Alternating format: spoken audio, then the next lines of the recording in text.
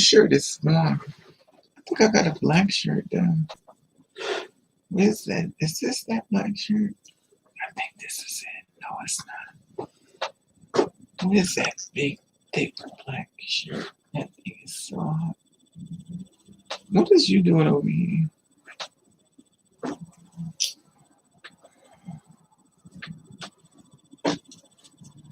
Lord Jesus.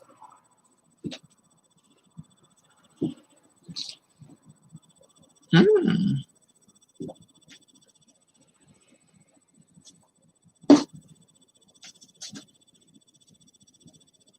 Hmm.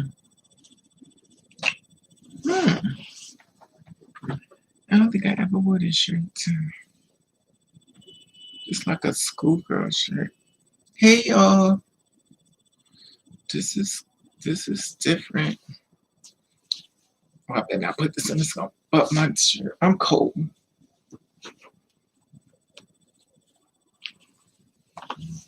Do I got it on the wrong way? I think that's better.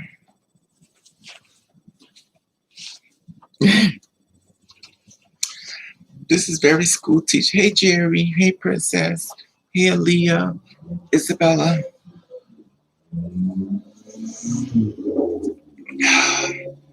I want to put a sweater on. This sweater is. This sweater is like this shirt. I never wore it. This shirt, I got it from this place. And it was small. But you know, when it's purple, I was like, I could fit it. It was like, you can't fit your. I got in this shirt but I'm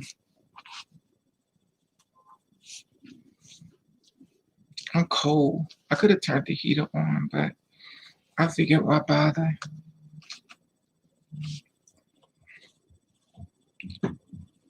So how's everybody doing? I hate this lamp. This lamp is horrible. Let me see.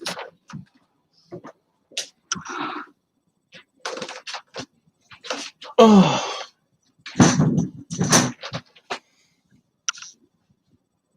I'm trying to find it. Hello, Elle. You all right? That's good. I'm cold. I'm real cold. I was freezing last night and I'm freezing again today. I've been taking aspirins. I think, hey Mark, I'm thinking the hormone pills be giving me cramps, like a lot. So I'm like, okay, let me just not, take it. But they be so cramping my body up. It's so at nighttime.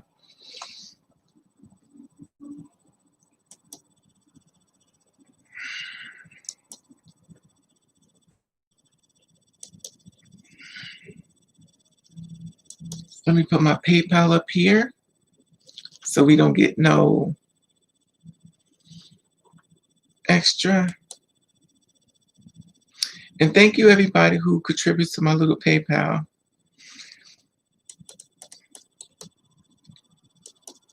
Appreciate it.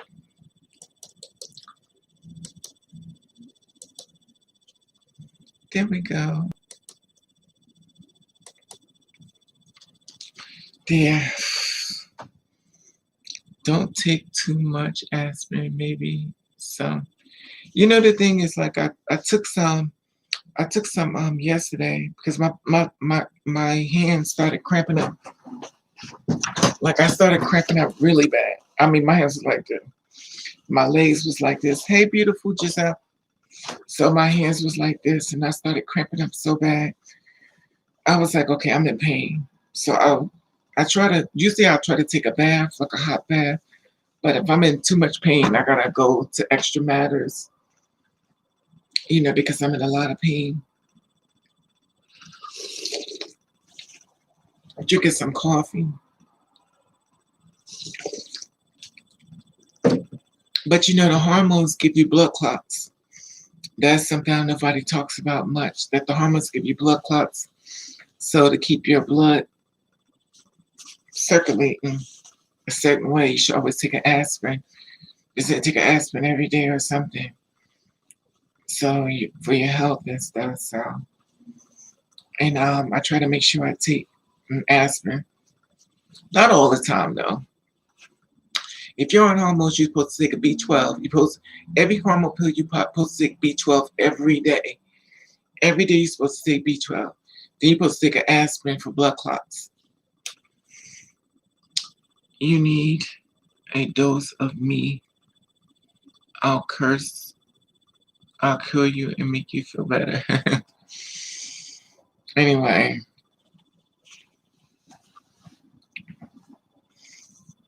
It is cold. Do y'all know next month is Christmas?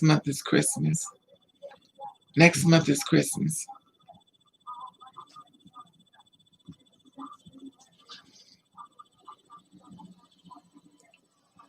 Exactly, princess. Next month is Christmas. But I took 2 aspirins today. My hands was like this. My legs started cramping up. If I said drink water, I said no something. I think the drug place gave me the wrong pills. I just do. My body never cramps up until I take these hormone pills, and then I be going through these convulsions. Like, what the hell did I just take? Something ain't right. I don't believe. Hey Johnson, how are you? Hey Miss Blonde. Hey Isley, are you sure it's the hormone? Yeah, because I never have problems, princess, until I take a pill. I take a pill, princess, and like a couple of minutes later, I'm like my body start going crazy. It never happens until I take a pill.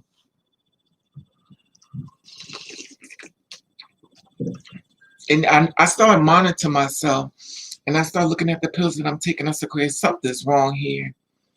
I think somebody else was saying they don't trust the hormone pills. I know a lot of females said they're not taking them because they know it's nothing. They know they give you cancer. And they just said, well, what was to give it to them? We're taking the pills the girls don't want to take because they know it gives the girls cancer.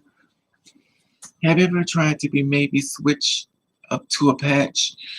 I did do Giselle. The problem I'm having now, I'm on this whole nother regimen because the doctor who was treating me, he's gone.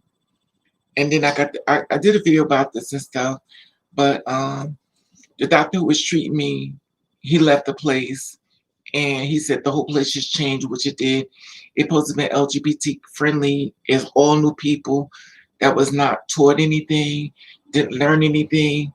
And basically, I'm walking in there, and they just looked at my chart, and then they just looked at me, and they just proceeded on. Which means that they did not read my chart, which is unacceptable due to the fact that this is a doctor's office.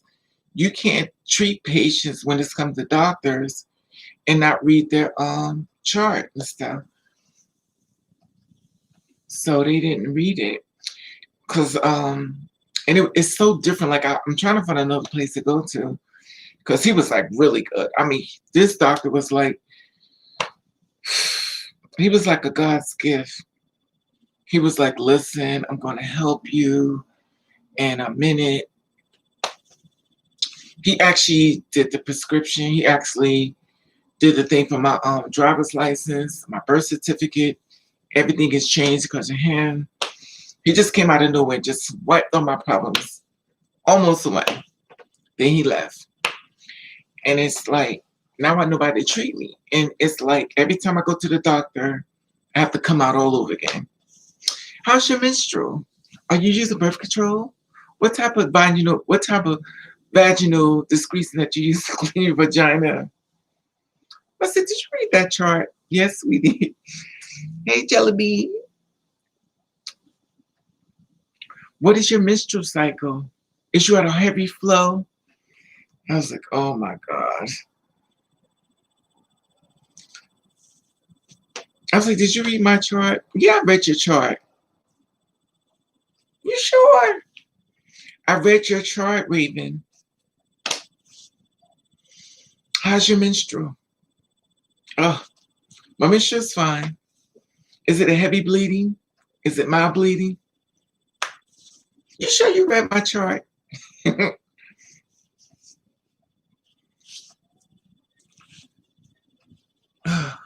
Jellybean. Thank you, Jellybean. Is that New Jersey? There's gotta be more. But you think about it yourself. When I tell you, it is like pulling teeth. It is the hardest thing to do. When I went to the doctor, so okay, in case y'all don't know, I did a video about it. I shared with you again. Okay, this is what happened. I made an appointment, go see the doctor and stuff. They kept calling me, we need to see you, we need to see you. So I said, fine, I'm gonna come in to see you. I talked to the lady before I got there. I said, do you treat people like? She says, yes, we do. You know, we're doctors, we do this. Okay, so I get there and stuff. I go inside the office. I'm sitting there waiting. Everybody's looking at me. Oh my God, da, da, da, da, da. They season me up, but they're not. They're looking me up, talking about, oh my God, do you sing? You a model? You this and that? No, I just want to get in here and get out. You know, that's my whole thing.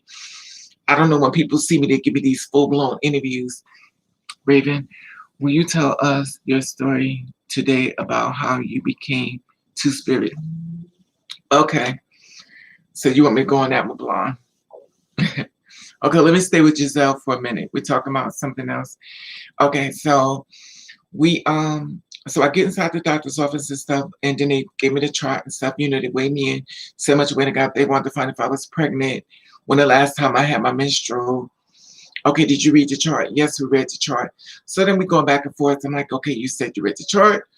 So I'm like, now on the chart, it states at the top, M2F or F2M. Then my name. They put it right there at the top. But a lot of times, when we already got the name change and we got everything up there, the hormones low key. That's a lot of people say, Aza, I had experience and I walk right out doctors that aren't supposed to discriminate. Yeah, but this is the thing, you write yourself, but this is the thing. So then I'm in the doctor's office and stuff, and then the woman was like, oh my God, you're so beautiful, you're so tall. I said, well, I can't be that beautiful, I can't find a man. She said, there are men out here that want you. You just gotta find a taller man. I said, okay. So she's talking back and forth, and she's giving me compliments and stuff. And I'm like, okay, but all right. Listen, I travel from one city to another city. I just want to get in and get out because I got to get back home because I don't really like to be this whole thing as far as this, in everybody's way. So I get inside the office and stuff, and everybody's talking about me. Am I a singer? Am I a model? You know, I'm answering questions like me. No, I don't answer anything as far as long, because if I start talking to you, you're gonna have more conversation with me. Then one girl kept staring at me. She was like, "Let me help you with this." And then, okay, fine. Very nice people. I'll give them that. So the lady came to get me from the back. She was like, "Well, come up to the front. We come to get you." Okay, fine. Come to the front. She be able to scale. She weighed me in. She was how tall I am. How's my menstrual? Okay. I'm like, okay. Take me to the back. So she takes me in the back. She sit me on a chair. She's you know, doing I guess the feel around my breathing and all that stuff. So I'm like, okay, fine. So she sits and everything, and she started telling me, have a little casual conversation. Also, you need some physical therapy, some warm, soft tenderness.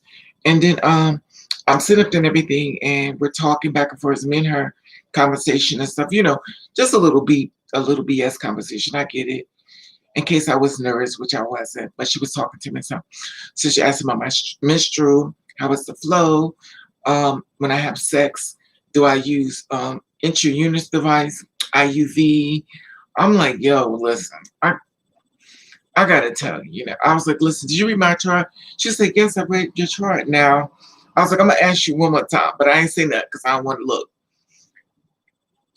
One thing I don't do is get doctors mad, and I don't get people who serve my food mad, because you'll write me a description, a doctor's working, and I'll be dead, or you spit in my food. So I just like, listen. So, you know, I got trust issues. So I'm sitting up there and I'm waiting and stuff. She's like, well, how's you bleeding? Is it a heavy flow? And then, so I'm like, did you read the chart? Like, I'm like, Did you read the chart? She goes to the computer. Yes, I read the chart. I said, you see, I've been here before. Yes, it's on here. You've been here a few times. I said, yeah. So she was like, well, I just want to find out your menstrual stuff and how you use IUV for pregnancy, birth control when having sex. With your menstrual, you want to have a pregnancy test.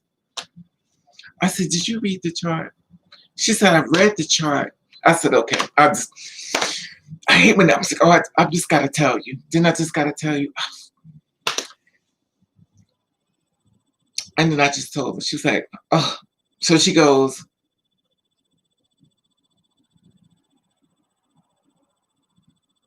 she closed the computer. She gets up and walk out the door.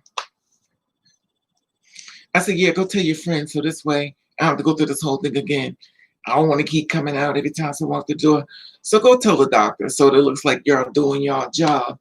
Because at the end of the day, if I was about to have an operation, y'all didn't read that chart, y'all would end up killing me. So y'all should be doctors. That's my opinion. So we're sitting up and everything. The doctor comes inside of the room. She left out. So I'm thinking that due to the fact that she went out to go let him know that I was ready, I thought she'd be like, oh, by the way, because people love to do that when you walk out the room. Oh, by the way, but she didn't say nothing. She said nothing to him. So he walks in. He says, oh, okay, how can I treat you? I said, I'm here to get some hormones. He said, okay, hormones for what?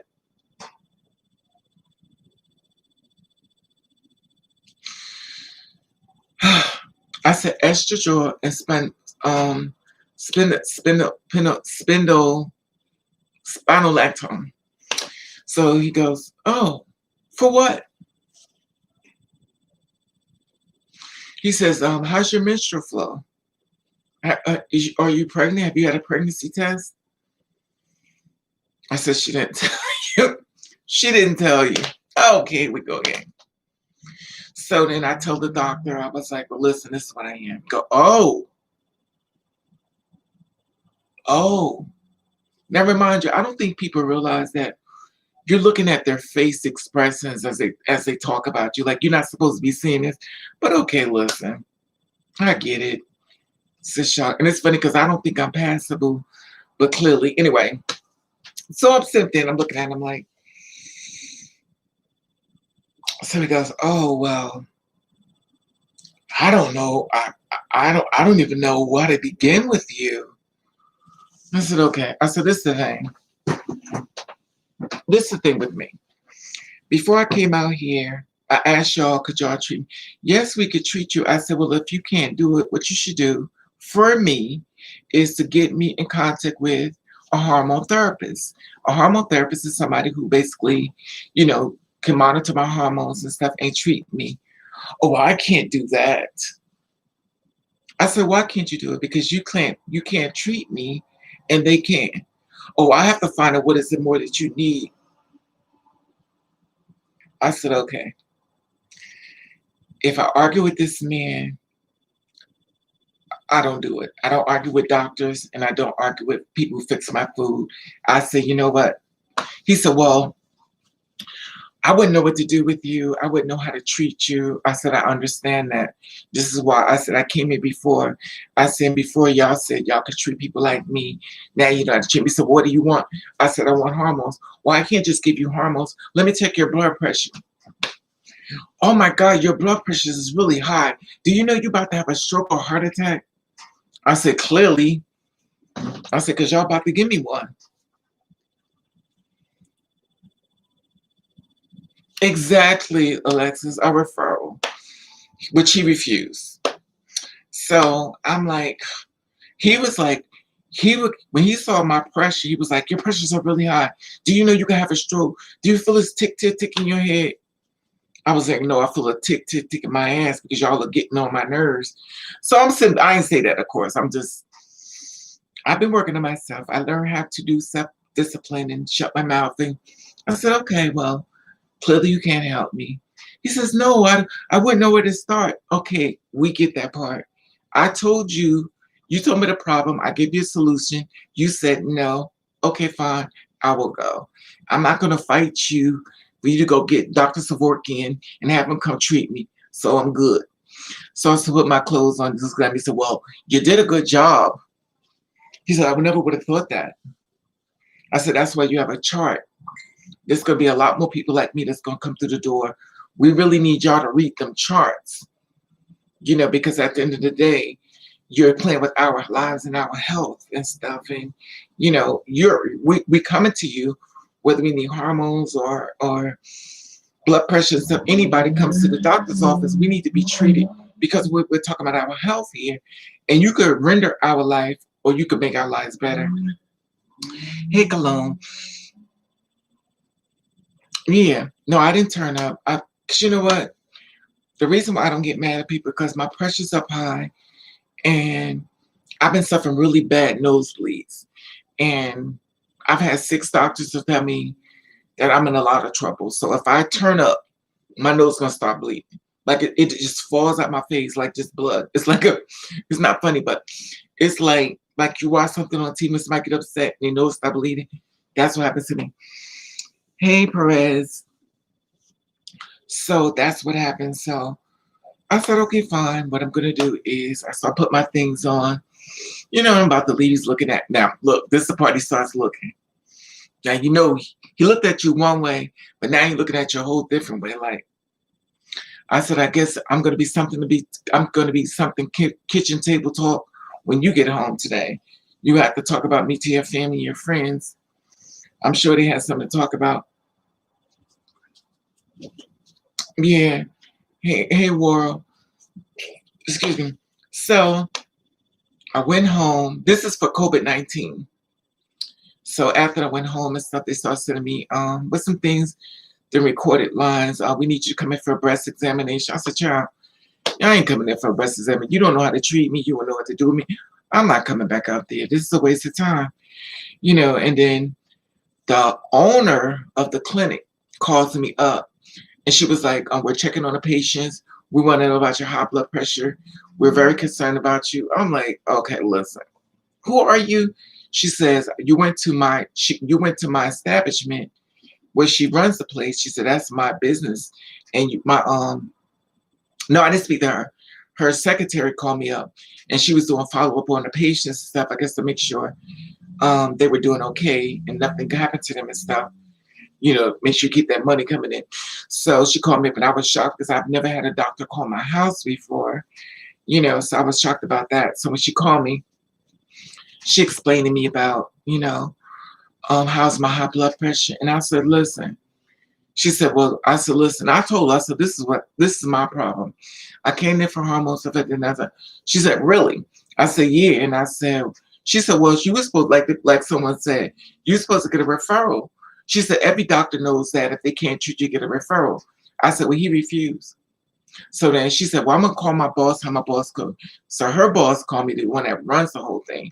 So she called me. She said, well, I'm surprised he didn't do what he's supposed to do. As a doctor going to medical school, he knows that's what he's been learning medical. Okay, we get it. Did I get the hormones? Absolutely not. I still didn't get them. And it is what it is. So I just said to her with it. Okay. So that's what. And then when I went to the drugstore, they gave me what's some things called Cineprol for my high blood pressure. And then all of a sudden I started having these bad cramps. So I don't know if the Cineprol and the hormones mixed together and it may be creating like it's not working together. And they just gave it to me both because every pills don't work together. So one pill may do the way, the other pill may do that. Something else, excuse me. Excuse me. So it makes me feel like a guinea pig. And I'm not going to be sitting on no table having a damn heart attack. Because the one thing people don't mind doing is killing your ass and then saying, oh, we're so sorry. We did the best. No, we ain't going to do that. So I don't take them. I'm supposed to take 3 pills a day. I don't do that. I take them once in a blue moon.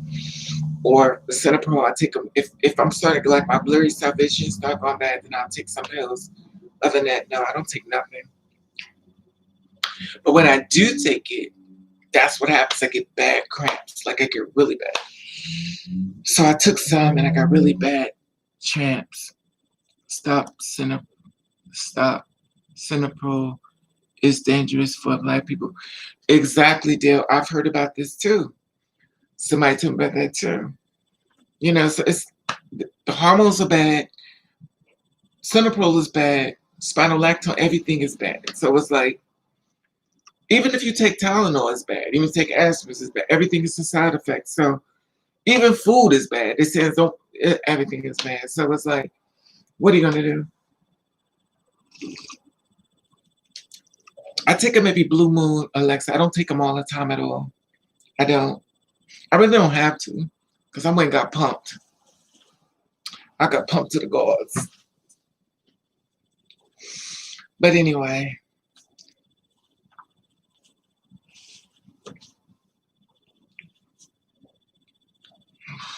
High blood pressure kills Black fathers. I know too. Yo, yes. What Will, I've heard of high blood pressure. I was on it. I swore my lips up. Yeah, Dill. You're right. It's a lot happening. What was you saying? Your shoulders? Exactly. Like I was like, yo, what's going on with this? I started doing this. They started wadding out.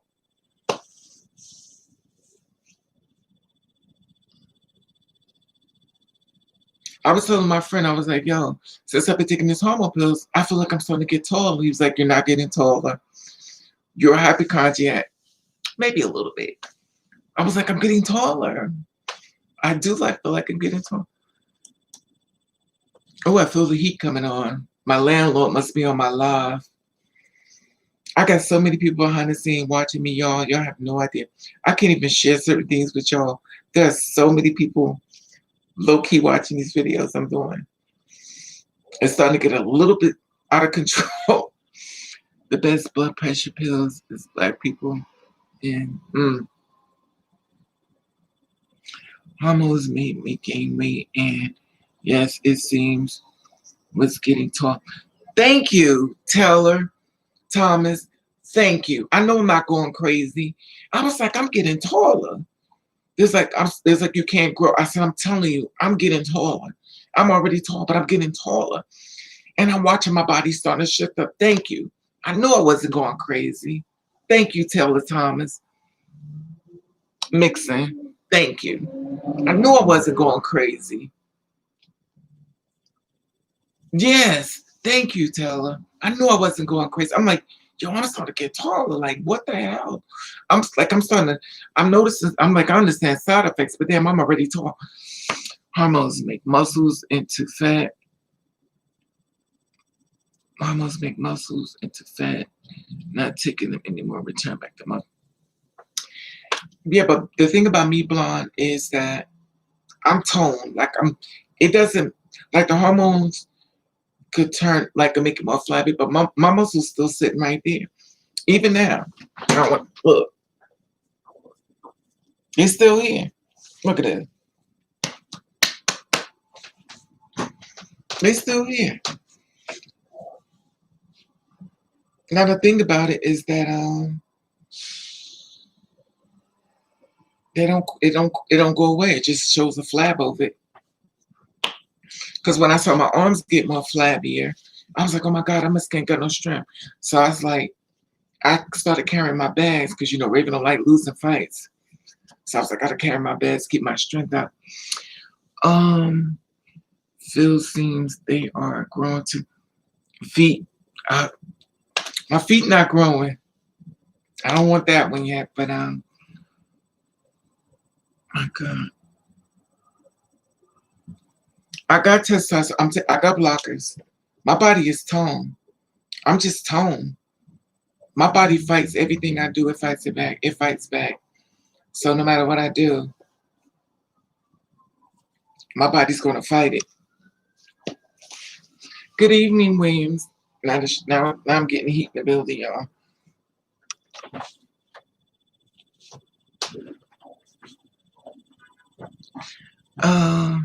Hey, Randy. Hey, Will. I take those though, but I noticed it too. I was like, what is up with this? But maybe, I do have another doctor that told me that I'm a hypochondriac. They told me I'd be stressed out too much. So I'm trying to change that as well. I watched this wig. Who told me to use Downy? Somebody told me to use Downy on these wigs.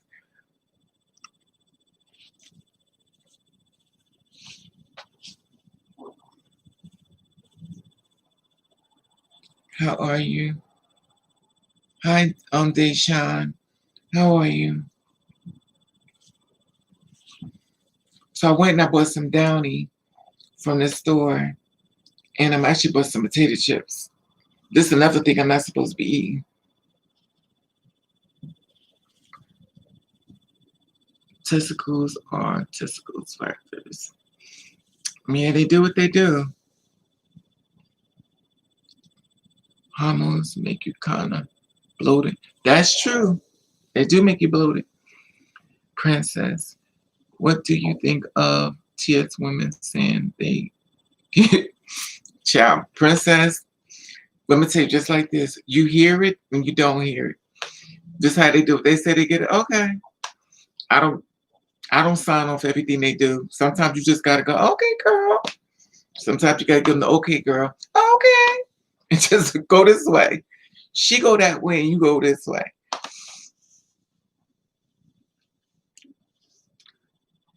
Use Downy on my synthetic wigs and press it out. Oh yes, world. Oh yes. I bought some Downy because one of y'all, thank you once again. Y'all told me to get some fabric softener because I didn't know.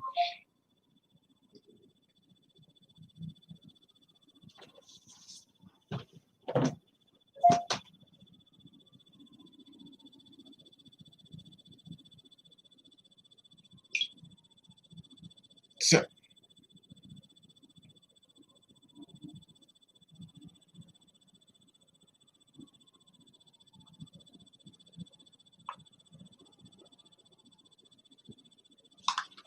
oh.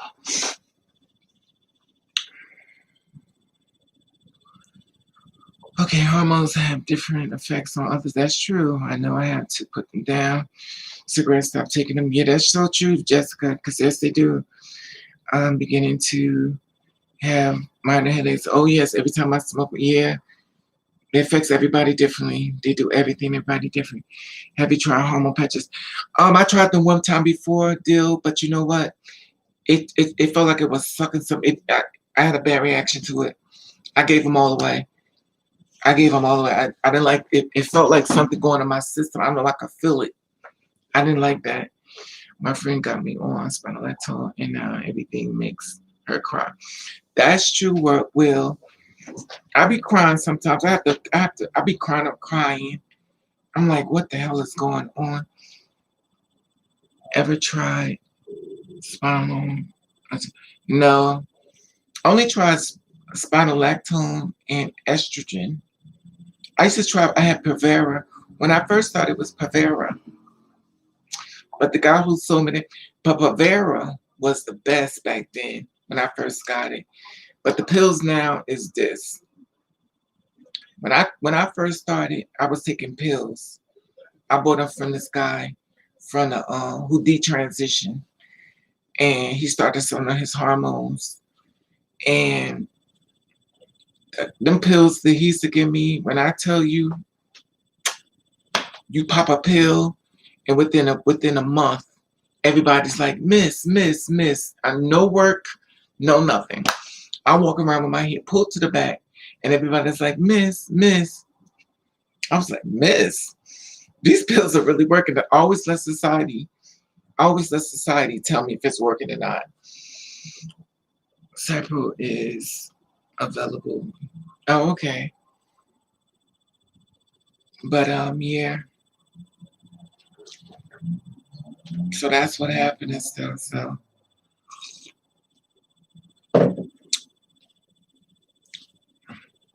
okay, I think Blonde wants me to start the story. It's a stronger testosterone. But see, blonde, the thing about it is that I don't want to try too much. You know what I mean? Because I do have high blood pressure. So I have to always put that first before the, you know what I mean? I have to consider that because if my body's saying one thing, you just can't say, well, okay, I'm gonna ignore that and just go here. Your body's saying, you know, you're in a lot of trouble. So you have to kind of fix one thing before you move on, if that makes sense. Yeah, that's all. So, but I noticed that before that this is a silk shirt. Okay, here we go. So you wanted to Blonde wanted to hear about the two spirits, how I got there. You wanted that, right, Blonde?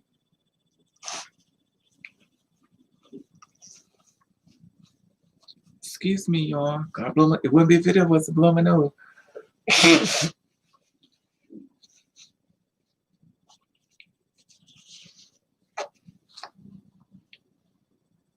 This thing moves slow. 1, 2. Yeah, so yes, another story time. Okay. Ooh, the heat is coming up. Um okay. Here we go.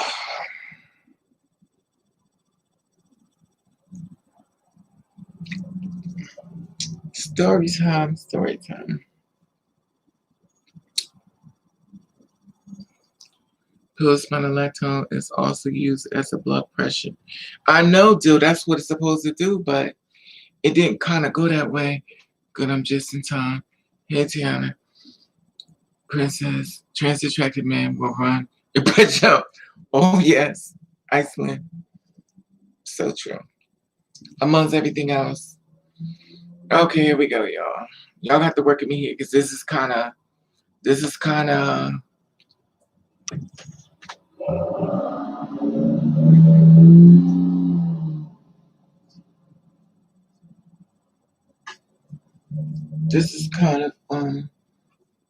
very much so on my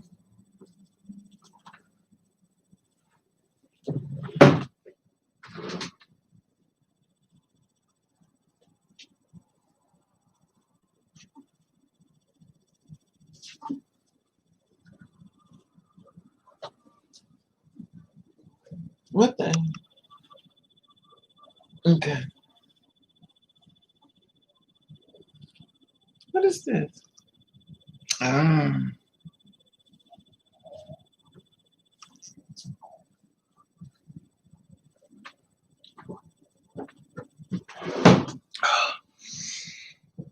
Okay, here we go. Get a water pill. Spironolactone is also used as much. Yeah. Okay, here we go, y'all. Here we are. How did I finally do it? Even though I told my mother about it a long time ago. If y'all wonder what I'm doing, I'm trying to change my shirt. Because for some reason, the heat is pumping in here. I mean, all of a sudden, it is burning up. Give me a second.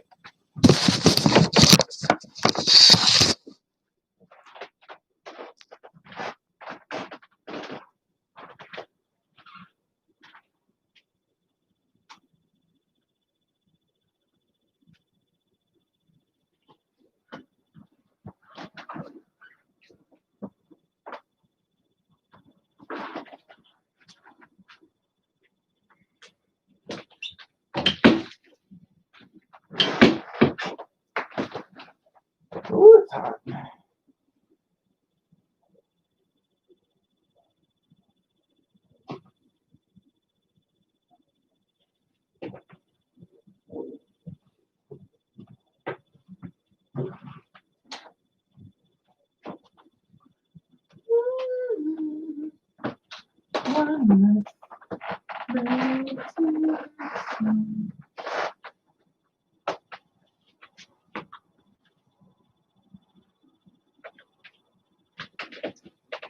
Oh, somebody's calling me. Ooh.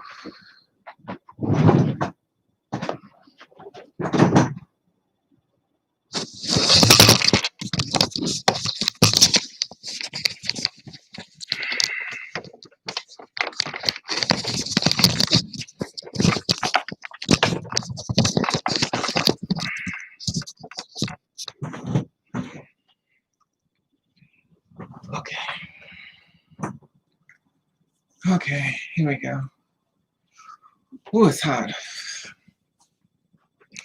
Okay, Raven, I still want to see your post 3 season. You are very sweet. I wasn't on no polls.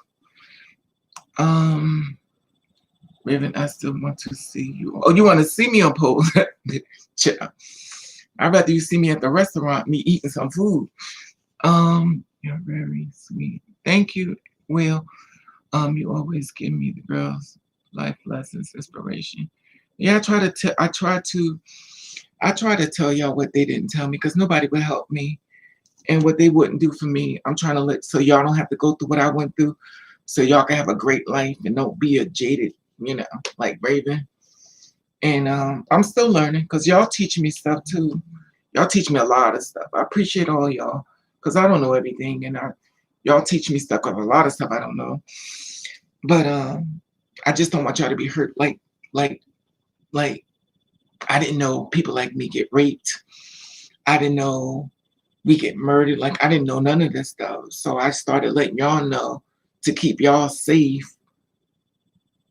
and nothing happened to y'all. Oh Lord, look at it. Okay. I wish they did for me.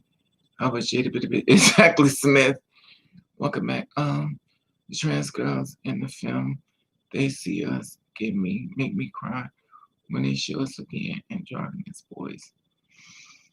Yeah, it's a lot that goes on and stuff. It's a whole lot that goes on within the community and stuff. It's a lot that goes on that I just don't like. I'm be honest, I don't like it. I also didn't think that it's a lot. When I found out that we get outed by gay men out us to people, and it's just a lot that goes on right to our face.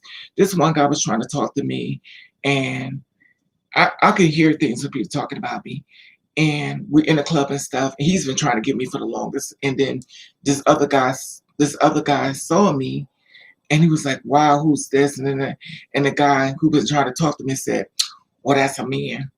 Now he don't even know I heard it. To this day now he don't even know I heard it. And that's how they describe us as.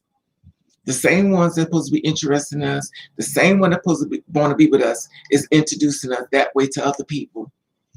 The ones we're trusting, not all of them, but the ones we're trusting is backstabbing us right now, damn face. Maybe it's time for a husband. Jenna got wiped up, but you're pretty. Oh, thank you.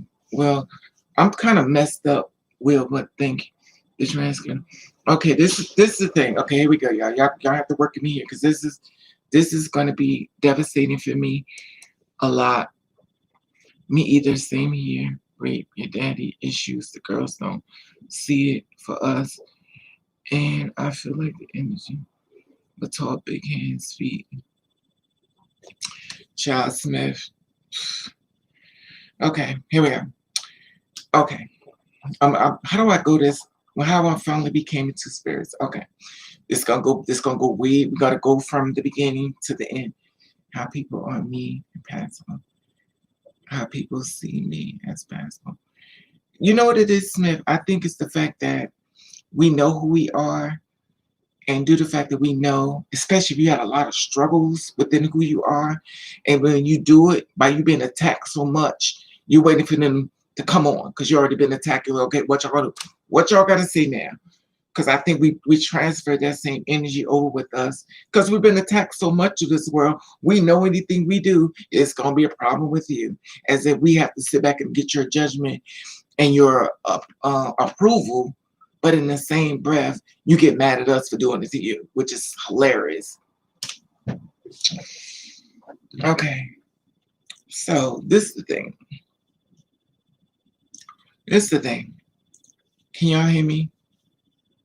'Cause this thing is moving slow.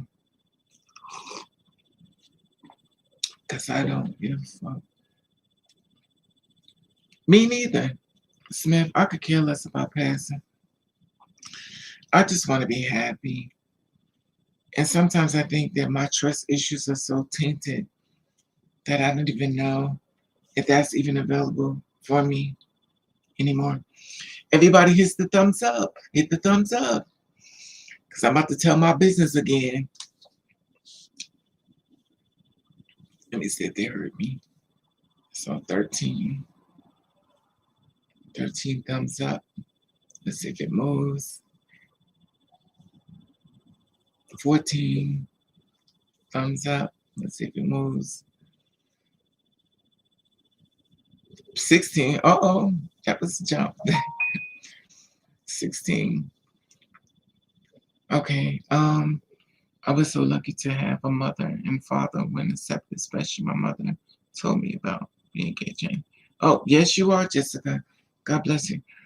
The slice and kill. Because I don't give a yeah. Thank you, Blonde, Smith, and Topaz. This is the thing. Okay, here we go.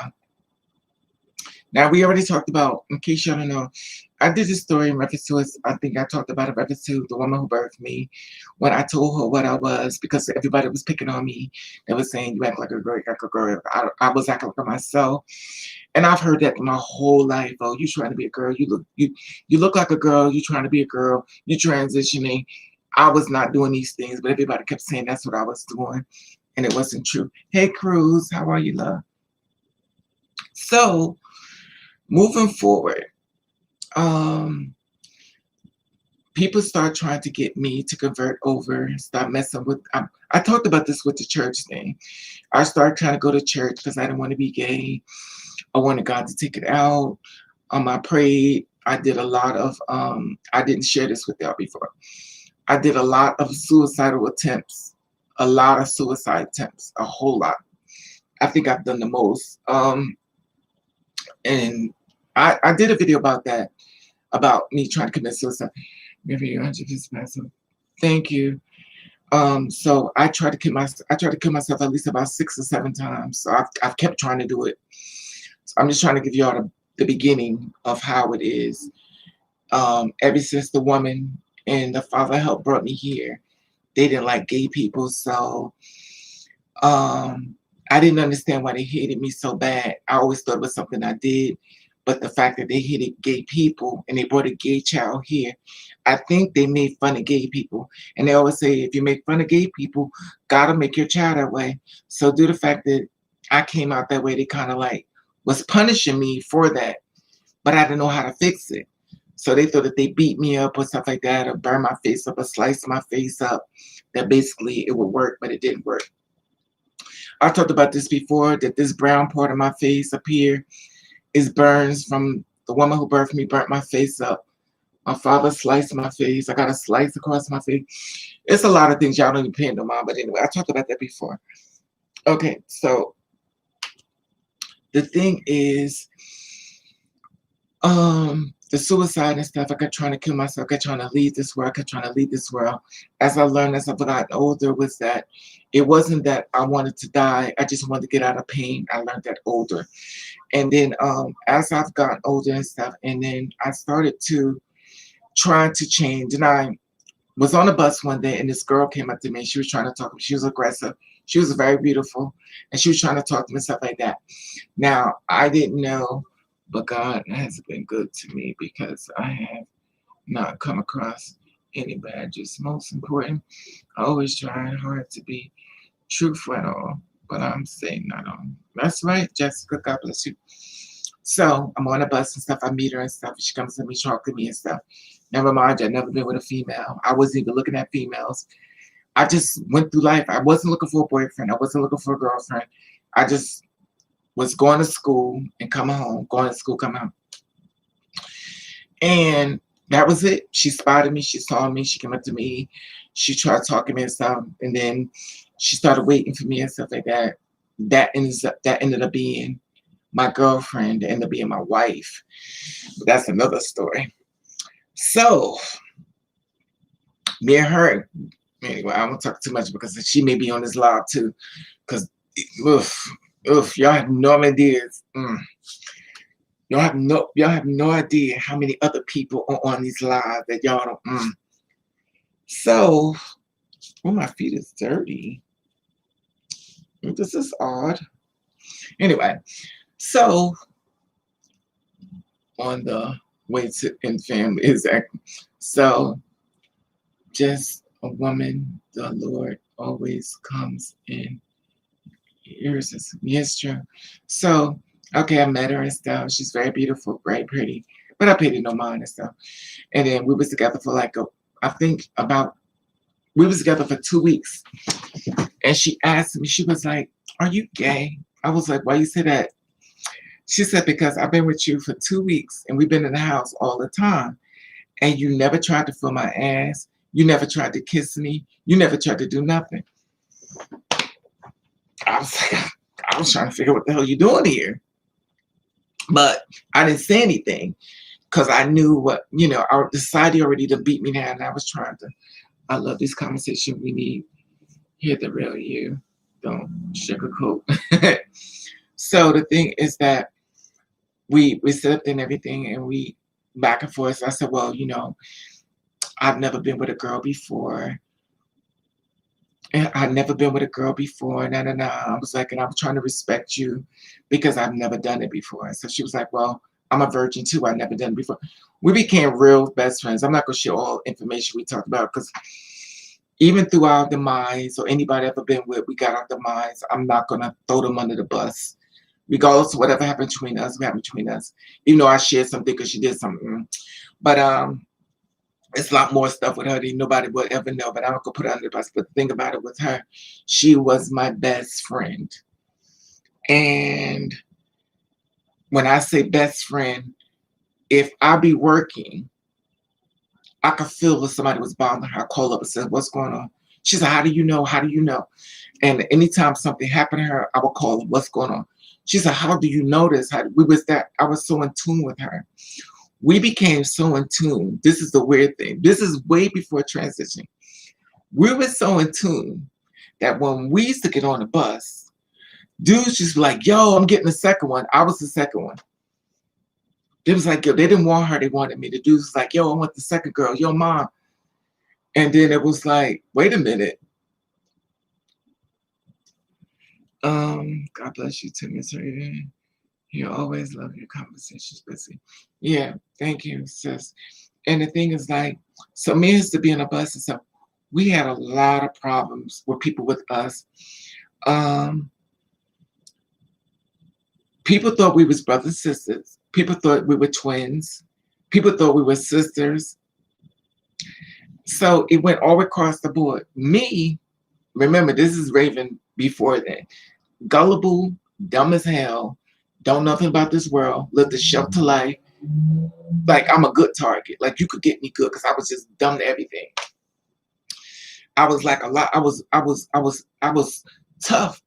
You ever meet somebody who's tough but they're innocent as hell? Like you could say certain things and they don't catch it because they're not about that life. So they kind of dumb to everything. You like, damn, you don't get what they're saying, because you don't catch on because you're not about that life. You live the shelter life. You don't know these things. You know people get murdered. Black men get murdered. There was some racism going on. Still, you didn't know these things. The black people did.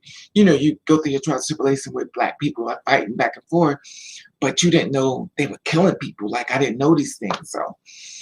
So anyway, we became best friends. We hanging out, stuff like that.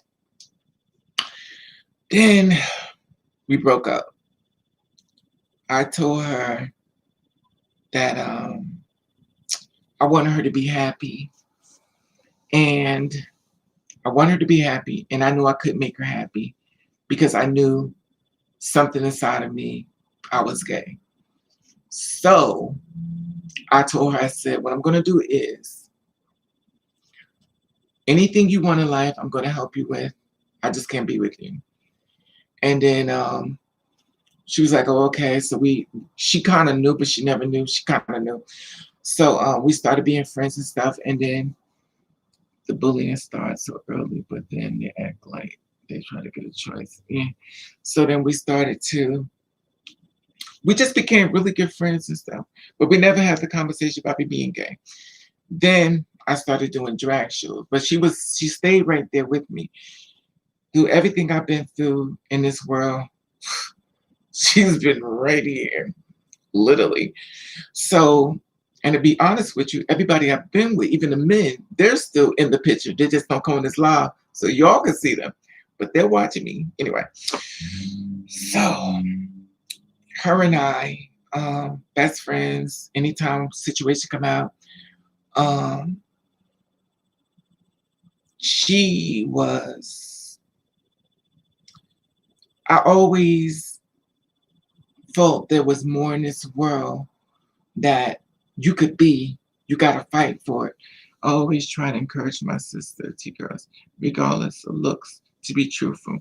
Through me being killed for being truthful. And rather than me. So her and I became friends, stuff like that. She was to get my case about I didn't want to settle for less in this world. I was like, fight for everything you want. And she used to get mad at me. She's like, oh, you just trying to get everything. You should try to settle for things. And I think now this girl is telling me to put myself down. This girl is super smart. She's valedictorian. I mean, she is super smart. This girl is super smart. And I was, listen, I ain't the brightest one in the room. At the end of the day, it is what it is. You know, but my self-esteem made me like, no, I ain't doing that. But her self-esteem was like this. And we used to fight back and forth. And I used to be like, I was like, I got this job. And no, she had a baby by somebody else. I'm not gonna say much about that, but she had a baby by somebody else. And she was having problems with him about having to be a single mother by herself. And she was struggling. I'm not going to say too much about that because in case he may be on this live. So I was like, I will help you. Da, da, da, da. Okay. So he became with me all the time. So he was always with me. He was always with me. He was with me all the time. I let him say anything he want. My friends used to get mad at me. It was like, you let him disrespect me. He said my friends to kiss his ass. Fuck you. Shut the fuck up. It was like, yo, you can't let him say that. I said, he can say what he want. Because y'all not gonna do nothing for him. And he used to just laugh and stuff. But he was low-key looking at me. Like he would watch me. And the one thing that like little kids and stuff, they always watch you. I never knew he was watching me and stuff. But he was watching me. And he used to make little comments. It was so funny how our interaction went. So he's the one, like people used to say, you talk too low, you talk too low. And then he used to get in my butt about certain things, which is hilarious. Now remind you, he's a little like this. And he used to get in my case about a lot of things when I did something wrong. He used to be like, yo, listeners. And I'm like, that's why I tell people little children are reincarnated. Because remember, I'm older when he just got here. He's, 3 years old, 4 years old. And he's in my case, jumping in my case like, listen, let me talk to you. I'm like, okay, go ahead, talk to me. So I'm listening to him. He's getting in my case. I'm just sitting there like this. And I'm looking at him. He's like, yo, listen. No. So he's having a conversation with me. So when I said certain things, he was like, wait a minute. You said something? So he climbs up, get right here. He puts his ear to my mouth and said, what did you say? Okay. So anyway, sauces like that. So anyway, he's bigger now, but okay. So him and his mother and I, we became friends, stuff like that. And then all of a sudden, things still wasn't going right for her and stuff. And what happened was,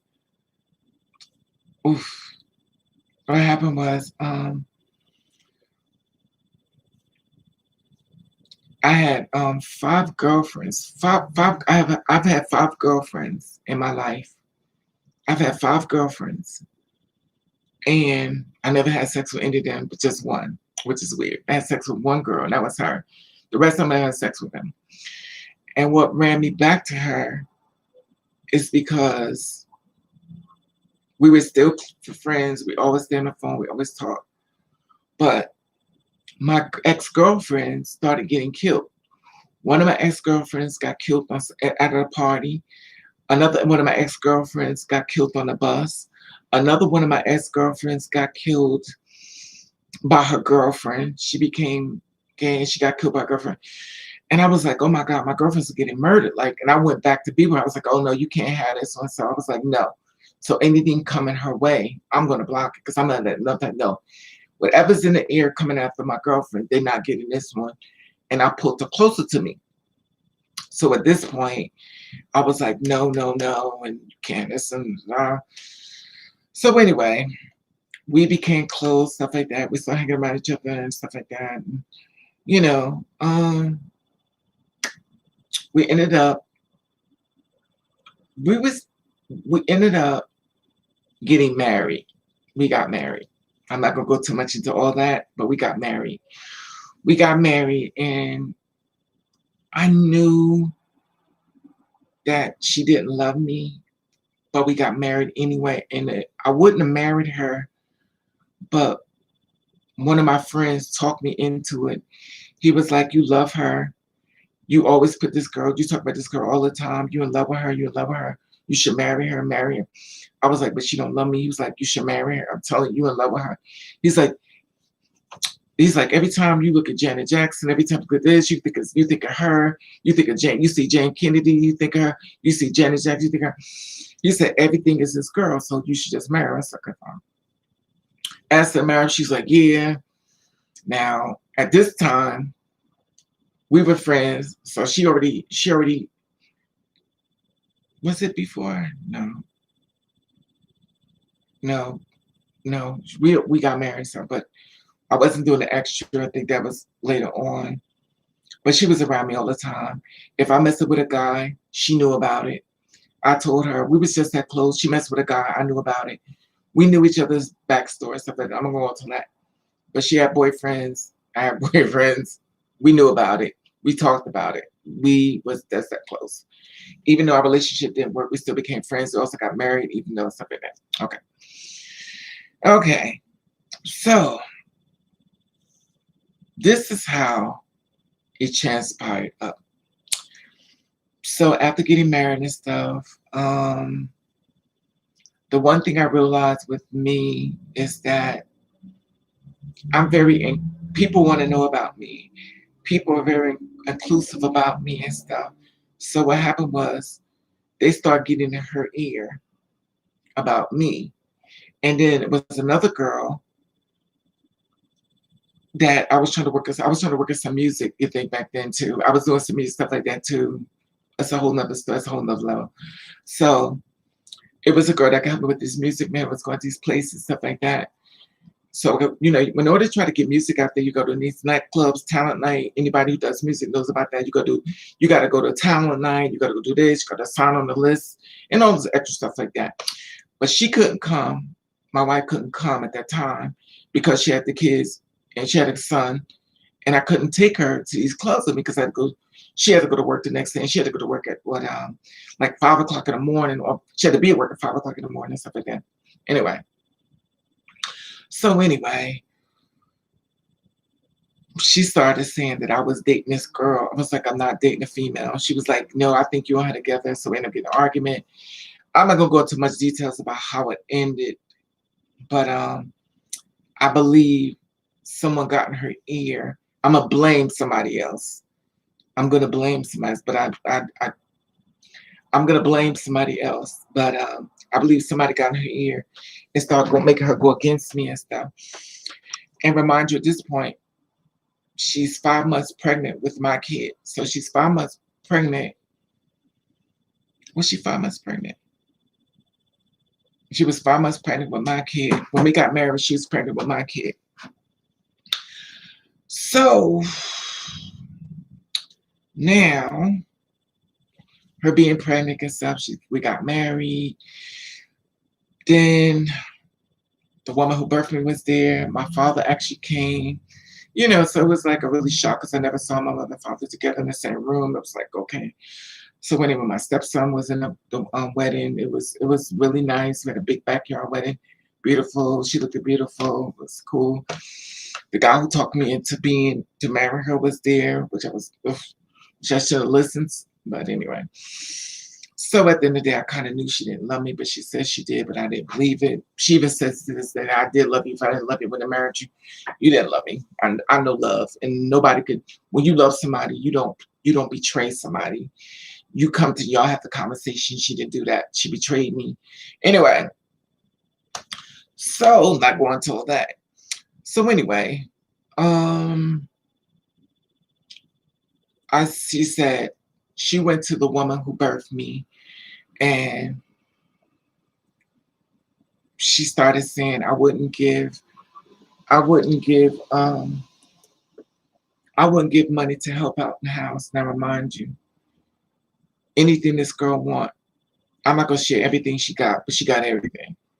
Anything she wants, she got it. All she'll do is say, money, anything she wants, she got it. But anyway, people start getting in her ear. And then next thing I know, she was like, well, some days you're my friend. And so I was like, yo, I'm out. Which is young on my part, being young and stupid. I shouldn't have left. I should have had more conversation. I was like, I'm out. I have a problem with betrayal. If I feel as though someone could get in your ear and turn you against me, I'm gone. I don't want to hear no more, because I believe in loyalty. And if you can't be loyal to me, I don't want to be around you because I don't trust you. I'm supposed to be your best friend. You're supposed to be my best friend. Anyway. All right. So I left out the house and I moved into this apartment up the street here. It's a dump, but I didn't care. So what I was waiting for, I gave her my phone number and stuff so she could call me. I was waiting for her to call me and tell me to come home. And she refused. Like, she would not tell me to come home. So I was waiting for her to tell me to come home. I slept on the floor. I slept on the pillow because I wanted her to prove to me that she really wanted me. So I slept on the floor and I was waiting for her to call me. She never called. Okay. So now I'm going through my motions and I'm like, I already knew. Now you're confirming everything I knew, that you didn't want me. So I'm like, okay. So I'm in the house on the floor. And then my best friend was like, everybody started wondering where I was at because they knew how obsessed I was with her. And they were starting to wonder where I was at. They said, where you at? I said, well, we didn't make it. They was like, what do you mean you didn't make it? So everybody became worried about me because I loved her more than I loved myself. So they was afraid by me being by myself due to my past suicidal incidents. They was afraid that I may do something to myself. So my best friend at that time, he was actually my ex-boyfriend too. So, and when I tell you, okay, let me stay focused. He was obsessed, but he was the one talking me into being where he's like, you love her, okay. So he came to my house, my apartment. He said, where you at? I gotta make sure you okay. And I called my wife at the time and I said, what's going on? She says, so she put my steps on the phone. He was like, when you coming home, I want you to come home. I didn't want to hear him tell me. I wanted her to tell me. And she refused. Okay. Then she was like, you only married me for my son. I was like, oh man, yeah, I married you for your son. So, all right, whatever. So then I'm like, yeah, I'm going to marry you so I could take care of your kid. Yeah, that makes sense. Right. I'm already taking care of him and I'm not married. Okay, but whatever. That means people in her ears, stuff like that. Okay, fine. So anyway, we get to the point of, she wasn't coming to get me. She wasn't coming. Okay.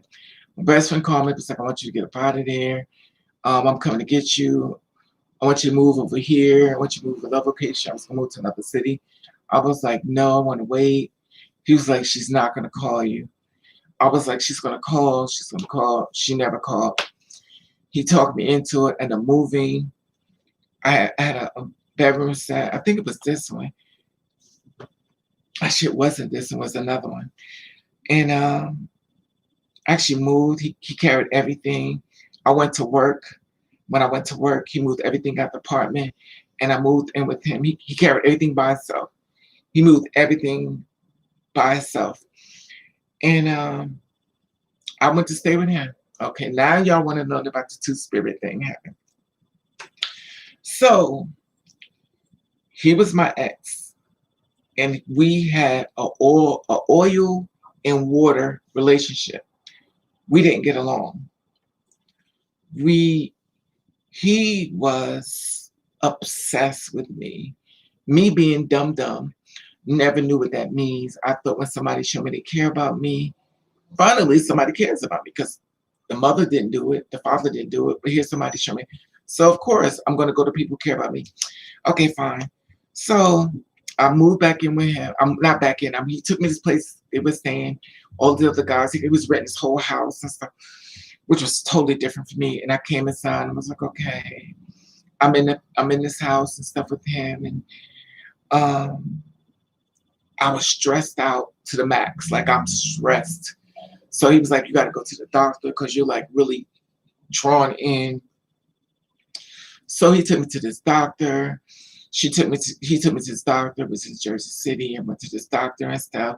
So when I saw the doctor, she's doing testing me and stuff. So I'm okay, all kind of tests and stuff like that. And and she was like, you're up underneath a large amount of stress. I'm gonna give you pills to help you with your stress, to pull it down. Okay, give me some pills. So she gave me these pills and stuff. What they would do is just give you these pills and it would knock you out. Like you take half a pill, you sleep for the whole day. You take the whole pill, you can sleep for 2 days. Now, a person who commits suicide don't need these pills. For the record, let's say that.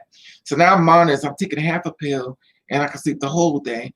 I take the whole pill, I can sleep for almost 2 days.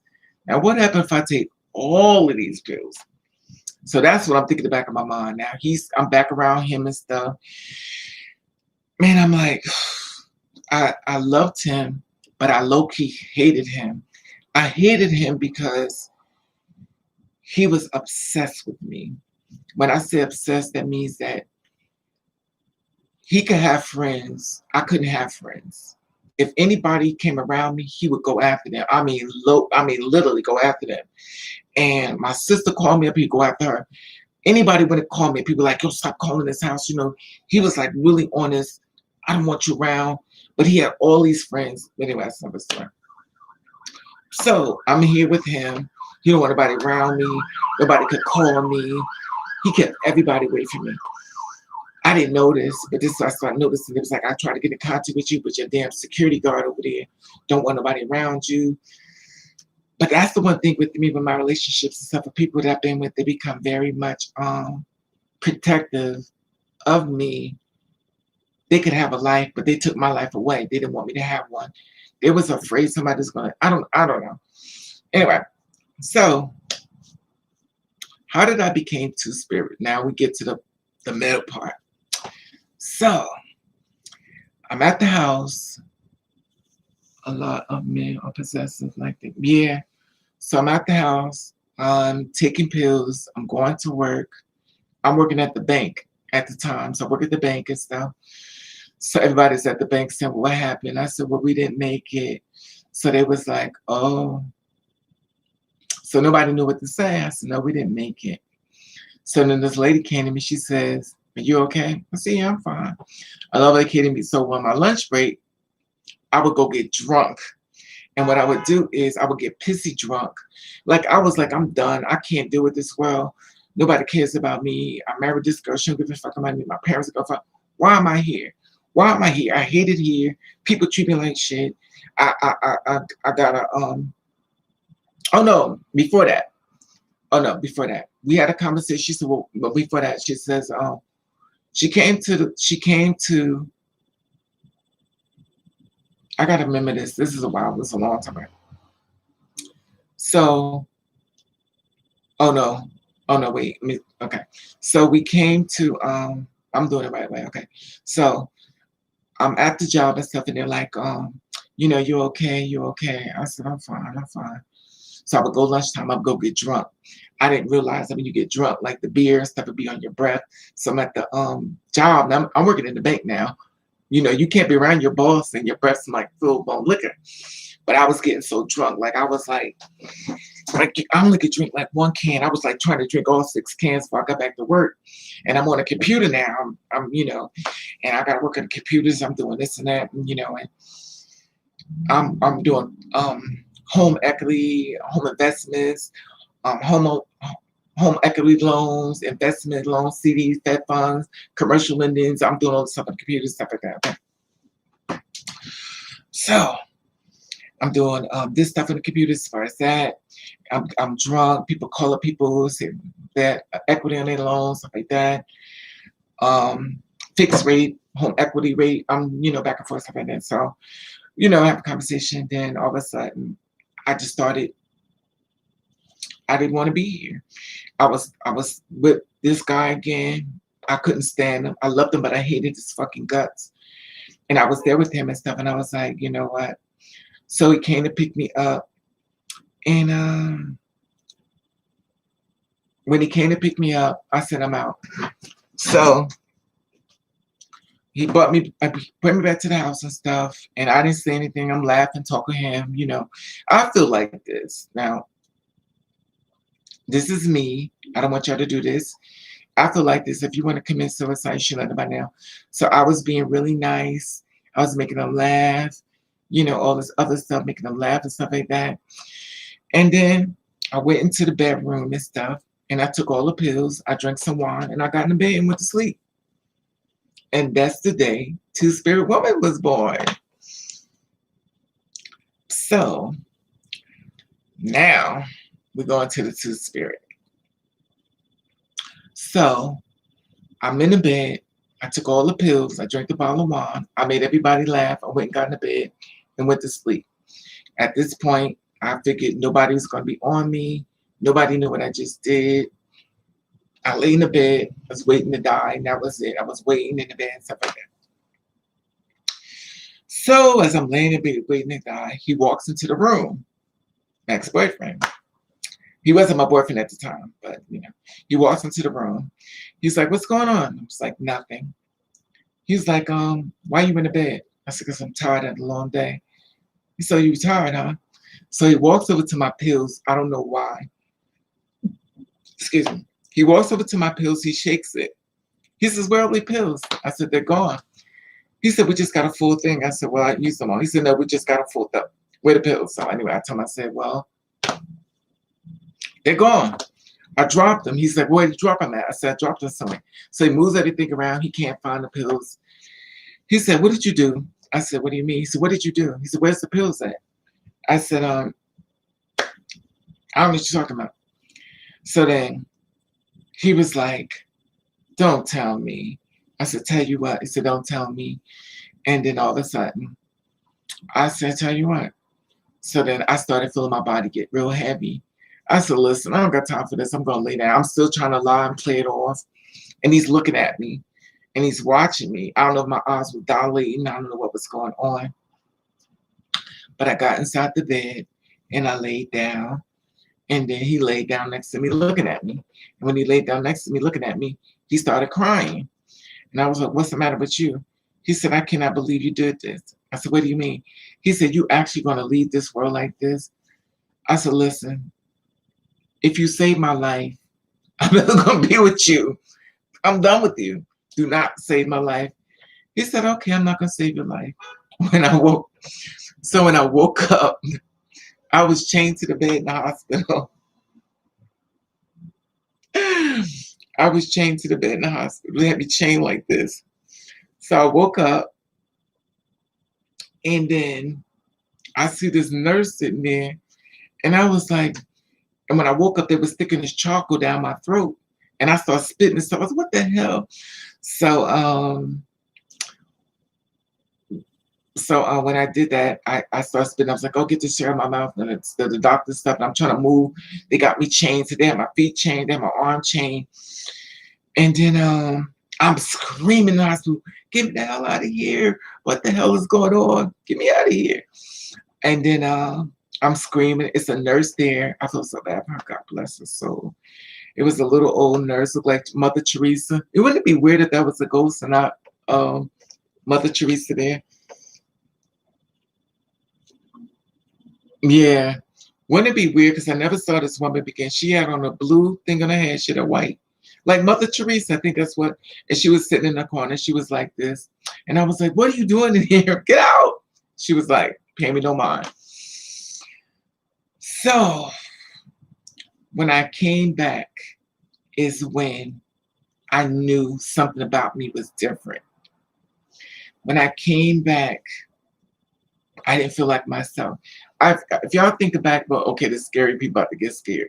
When I told y'all, I said when you're at your weakest, it's easy for other spirits to jump into your body. When you don't want to be here, when you're drunk, it's easy for a spirit to jump inside of you. And I believe that's what happened to me. And I believe that the woman, because before I was known as, everybody's like, oh, you look Indian, you look Indian, you look Indian. But then when I came back, everybody's like, are you Spanish? You Dominican, Dominican? And I knew the girl who died. She was on her way to work. She worked in a nursery home, and she hit something and she got killed on her way to work. She used to take care of old people. So I knew who she was. She had curly. Whoa, this is so deja vu. She had a hair like this. This is so weird. I'm telling y'all this story. And she had a hair like this. And this is so weird. She had a hair like I'm like, she's at my sister, but now I'm still in the question. She may still be here. So she had a hair like this. She was Spanish, and she got killed this time. So she actually came into my body to give me the strength to fight back. So this woman's strength became strength for me. And then all of a sudden, when I came back, I was totally different. Then was in the bed and stuff, and this girl comes up to me. She was like, I'm asleep now. They still pumping me up with medicine and stuff, and I'm trying to get out. So this girl comes and she takes my face. She moves this way. She's like, you is too pretty. Never mind you, I haven't transitioned. She's like, you are too pretty to be trying to kill yourself. I said, get out of here, get out of here. She said, oh. So it's funny now. So I'm in the hospital, and then me and the conversation, I'm pulling my arm. So I pulled the thing off me. I reached down. I got the thing off my leg. Now I'm about to split. Look, I'm out of here. So I'm looking for my clothes. I couldn't find my clothes. They got me all naked. They got this gown on me, covered this way, the back part. So I'm looking around because I'm about to split. So I'm looking for my clothes, and then I saw the nurse wasn't there no more. And then I'm looking for my clothes. I can't find my clothes. I don't even know where I'm at because I don't know I even got there. So I'm looking for my clothes. I went to the bathroom at the pee. I went to the bathroom. Then I went to go get my clothes. When I came back in, they grabbed me and put me on the bed. And they said I know I passed out. And then I was chained back to the bed again. And then I knew something about me was different then. And then my ex came to the hospital, and I said, what the hell did you do? And I said, what did you do? He was like, he's like, you died on the table. And I was like, oh, it's another thing. They had blood. They was putting blood inside of me. Y'all should saw me freak out. I said, what is this blood? I pushed it out. I said, oh, y'all trying to give me AIDS. I said, you trying to give me AIDS? It's in the blood. I freaked out and stuff. I was all over the place. So I snatched the blood out of me. I pushed it off. I was like, oh my God, y'all done gave me AIDS. Which they didn't, but at this point I wasn't, So I went on home and stuff. No, I told myself, you got to get me out of here. Because they was taking me upstairs me to the nut house. They wanted to do an examination of my brain because I wanted to find out why did I want to commit suicide. What was it? I was like, first of all, I'm not telling y'all nothing. Second of all, I want to get out of here. I told him, I said, you got to get me out of here. I have to go to work. I said, I'm not going to lose my job being here in no damn hospital. So the lady was like, you are going through something. We need to do more tests. So listen, I told him, I said, you got to get me out of here. He said, I don't know what to tell you. He said, I knew you was going to be mad at me once you woke up. I said, yeah, I'm mad. I said, get me out of here. I said, I don't care what you got to tell him. I said, So they said, well, are you okay? You tried to kill me? I said, no, I didn't try to kill myself. I said, I took some medicine and I went to sleep. I said, all of a sudden I'm here. They said, well, we thought you, I said, no, I didn't try to kill myself. Why the hell want to kill myself? I got too much stuff going for myself. I'm lying my ass off. They was like, oh, we thought you, I said, well, you thought wrong. I said, damn, can somebody be tired? Sometimes I work all, I'm just, they feeling this. Oh, okay, you can go. I guess they was like, this bitch got on our nerves. Look, we'll give you a scooter to get out of here. So they put me in a wheelchair. They wheel me out. Probably so like this. But so anyway, I got out the hospital and stuff, and I go home and stuff. And then I'm like, how did I? He gave me my coat. I said, why is my coat dirty? He said, you was all over the ground. He said, you was everywhere. He said, you was all on the ground and everywhere. He said, you showed out. I don't remember none of this. So I get home to the house, and then my answer machine is like, says 30 messages. And I'm like, 30 messages? Okay. So I pressed the button, and it was like 30 people. And everybody from my job called me. They said, oh my God, I got a bad feeling. Something is wrong. Everybody called my phone. It was like 30 people that was like, oh my God, I got a really bad feeling. Are you okay? Something is wrong. I got this bad feeling about you. I got a bad feeling about you. And I was so shocked. It just kept going and going. Then my cousin, who knew that I was gay at that time, who didn't approve of me being gay, of course. He said a lot of selective words anyway. So he calls and he leaves a message. And of course, his message was a comment. Oh, I need to talk to you. I got a bad feeling. I got something I got to tell you that the Lord told me. And me being a dumbass, I called him what? Oh, the Lord revealed to me that you got HIV, you about to die. Oh, hallelujah, thank you, Jesus. I said, that ain't what he told me, you faggot. Now on the phone. And then that was the last time we ever talked again. I was like, that's not what God told you. I said, but you, anyway. And that was it. And then all of a sudden now, it started happening.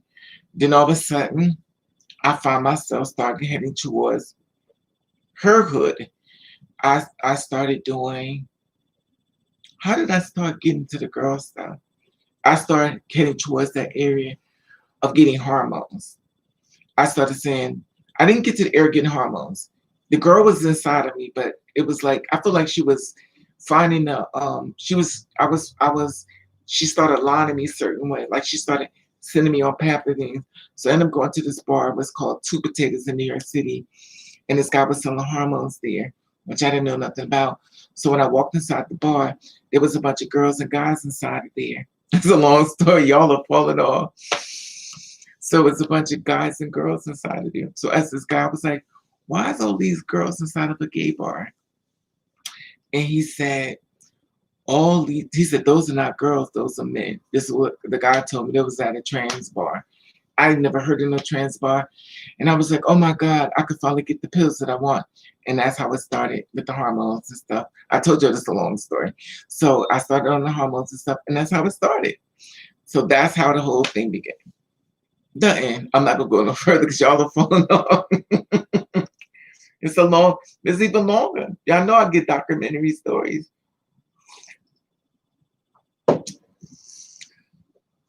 So y'all get it? Are we still here?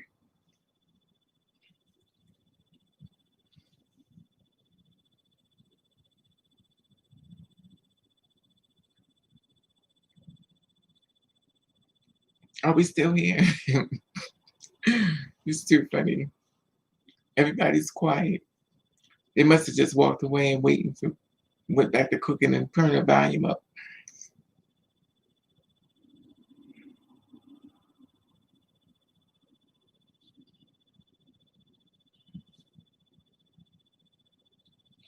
Exactly. But that's how it all began. And after that, I started the hormones, but I took some hormones, but I was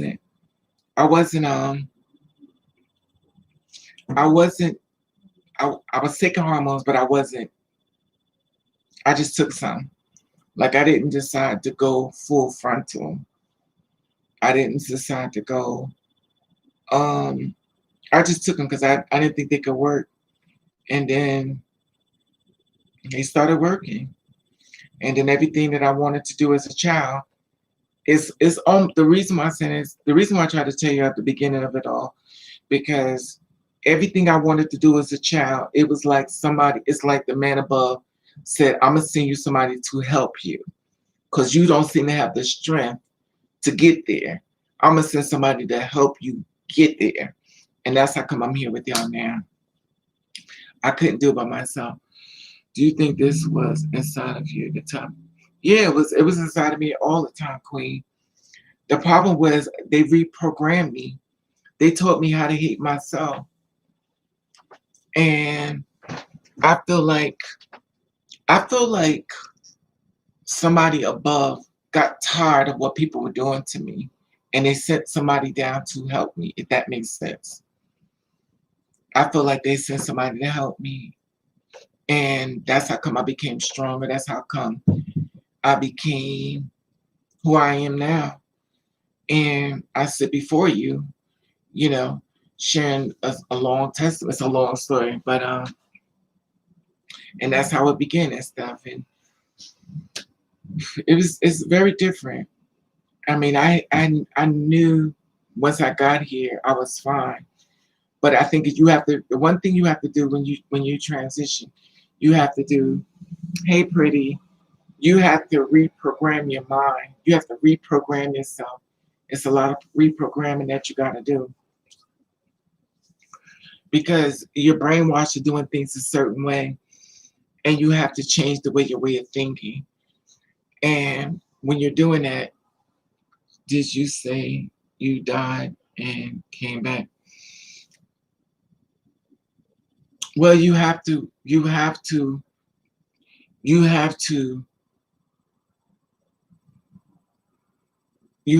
die. Well, you don't have to die, but with me, I had to die in order to live. In other words, I had to be so out of my body that another spirit could jump in it, if that makes sense. You ever watch the movie, y'all ever watch the movie Ghost? How people should jump inside Whoopi Goldberg? That's exactly what happened to me. I feel ashamed of who I am sometimes, but it's because other people. Exactly, Queen. But see, that's the brainwashing job. See, the thing about it, Queen, is that when we did what we did, we're comfortable with who we are, but we're also not comfortable with who we are. We're not 100%. There's always room for error.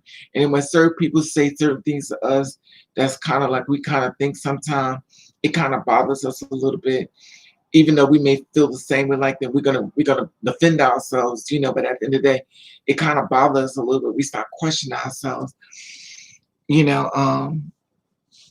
We start questioning ourselves because we were programmed. Maybe we was programmed one way, and then we have to reprogram ourselves and our way of thinking. We have to really, divorce a lot of people in order for us to live. We can't bring them with us. Some you can, but many you can't. And some of the ones you got to leave behind us that you really like, but you got to go. That makes sense. It's like you told me that when we die, we sent back to help others. We're going through a certain thing. Yeah. But what she did with me was, you know, it was different because it was just really different. And I knew I was different, but I noticed that the conversation, when you're introduced to yourself, it just changes things a whole lot more. It changes things a whole lot more. You know, and then you're gonna trial and error. You know, it's gonna be a lot of things you're gonna realize. A lot of things. It's like rediscovering everything all over again. But it took me a long time to get comfortable being gay. But then to turn two spirits, it was like, oh, okay, this is different. Now I thought it wouldn't be so bad because unlike other people, I had nothing to lose. I didn't have the mother to lose. I had the father to lose. I had a dead baby and all this other shit. So it was like, okay, I didn't even get to that part. But even though it was nothing for me to lose. It was nothing for me to lose at all. So, you know, it is what it is. And I just moved forward and just kept going. And the one thing I didn't want to be the kind of person that cared what people think. I don't want to get into that box where I care what people think when it comes to me. And I learned to let people think what they want, you know, and it's a process and stuff because we're human. Sometimes we have really bad days and we really don't want to hear nothing negative and stuff. But the weirdest thing is since I've been this way, you know, I just learned so much. And I think my problem is that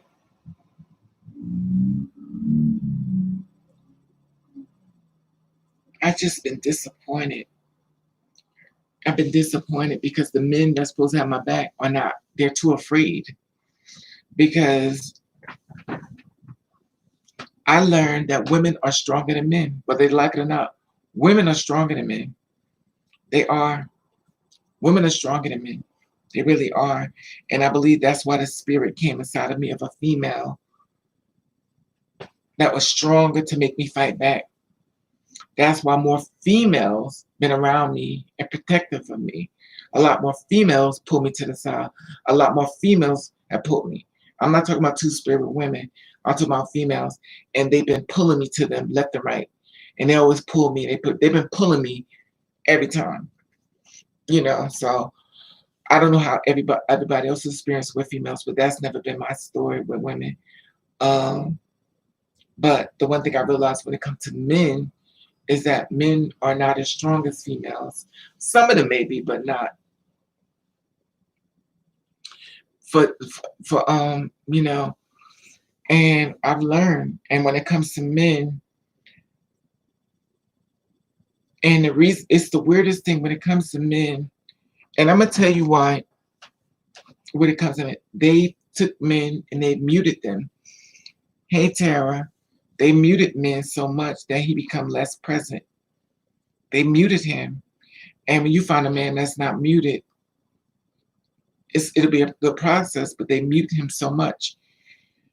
This is what society do to men, which is so messed up. If y'all want to know why men are the way that they are, not all men, of course, but a lot of times the way they are. If a man could never be who he is, and he's policed for being who he is, he shuts down. And if a man shuts down, his warrior spirit wakes up where he don't give a damn no more. Because when he showed you, when he tried to tell you who he was rejected. Now he don't give a damn about nobody. Now he dogging women. Now he beating up gay people. Now he beating up other men. He's shooting, he killing. He don't care. And the thing about it is that the weirdest thing, even more so to the left, females say, why do men cheat? Why do men cheat? When females females teach men how to cheat. Females introduce men into cheating. And when I say this, I don't mean all females, but females teach men how to cheat. And when I say this, I'm saying her sons. She tell her son, why you got one female? You need to date around. You're too young. You need to mess with a lot of girls and find the right woman for you. That's not what she should be telling him. So what he do is, he listen to his mother's advice, and he find a female he likes. Okay, she's nice. Then he go finds another female. Now he's testing them all out because mommy already said mess with a bunch of females, so she's doing what mommy said. So now he's messing with this female, messing with this female. He's testing them all out. So now we take the woman, we buy her a Susie Bake oven. We sell her everything as far as building a house. We teach the girl how to stay home. We teach the girl how to keep her legs closed. Hey, Butterscotch, we teach the girl how to build her family. Now, you didn't send the boy off to be a whore, but you sent the girl off to basically sit there to prepare for a family. So now, remember, females, and I'm sure fathers do it too, I would say fathers all the time, but they usually don't split before anything else. Sometimes you lucky you see a father home, but most times fathers already knocked the mother up their left. And so now a female gets upset. That females always saying, well, men always cheat, always cheat. When the mother taught the son how to cheat, she told him he's too young to be settled down with one girl. He need to date around. Then he goes to find one girl to be with. He's like, mommy, I like this one. The mother doesn't like that one because now the girl that he found is competition. So now she's like, oh. So now she acts funny towards the girl because it's like, oh, so now you got this. Who's this little bitch you done brought inside out? Now all of a sudden, following the mother's rules, you don't even like my girlfriend. My girlfriend and my mother doesn't get along. Some cases, not all cases. Now here it is. You got this girl. Now all of a sudden, she's like, well, you know what? My son really don't need you. I can take care of my son. So now the son says, well, we don't. If we break up, I got my mother. So now he got mommy issues. Now his mommy gonna take care of him. If they don't work out, his mommy gonna wash his clothes, cook his food, make sure he got money in his pocket. So now here it is. Here it is. Now you put a female once again. Yeah, exactly. So now here it is. You really said first you're trying to find. Now you found someone. Now the mom's like, I can take care of my son. My son don't need you. Everything my son needs, I get it for himself. Now all of a sudden, it's almost like the mother is dating her son. Now the girl's like, well, damn, your mother really in love with you. Like, what's going on? Now the girl is like, well, damn, is y'all low key having sex, you know? And this is the thing about it. She feels as though you put another woman in front of her.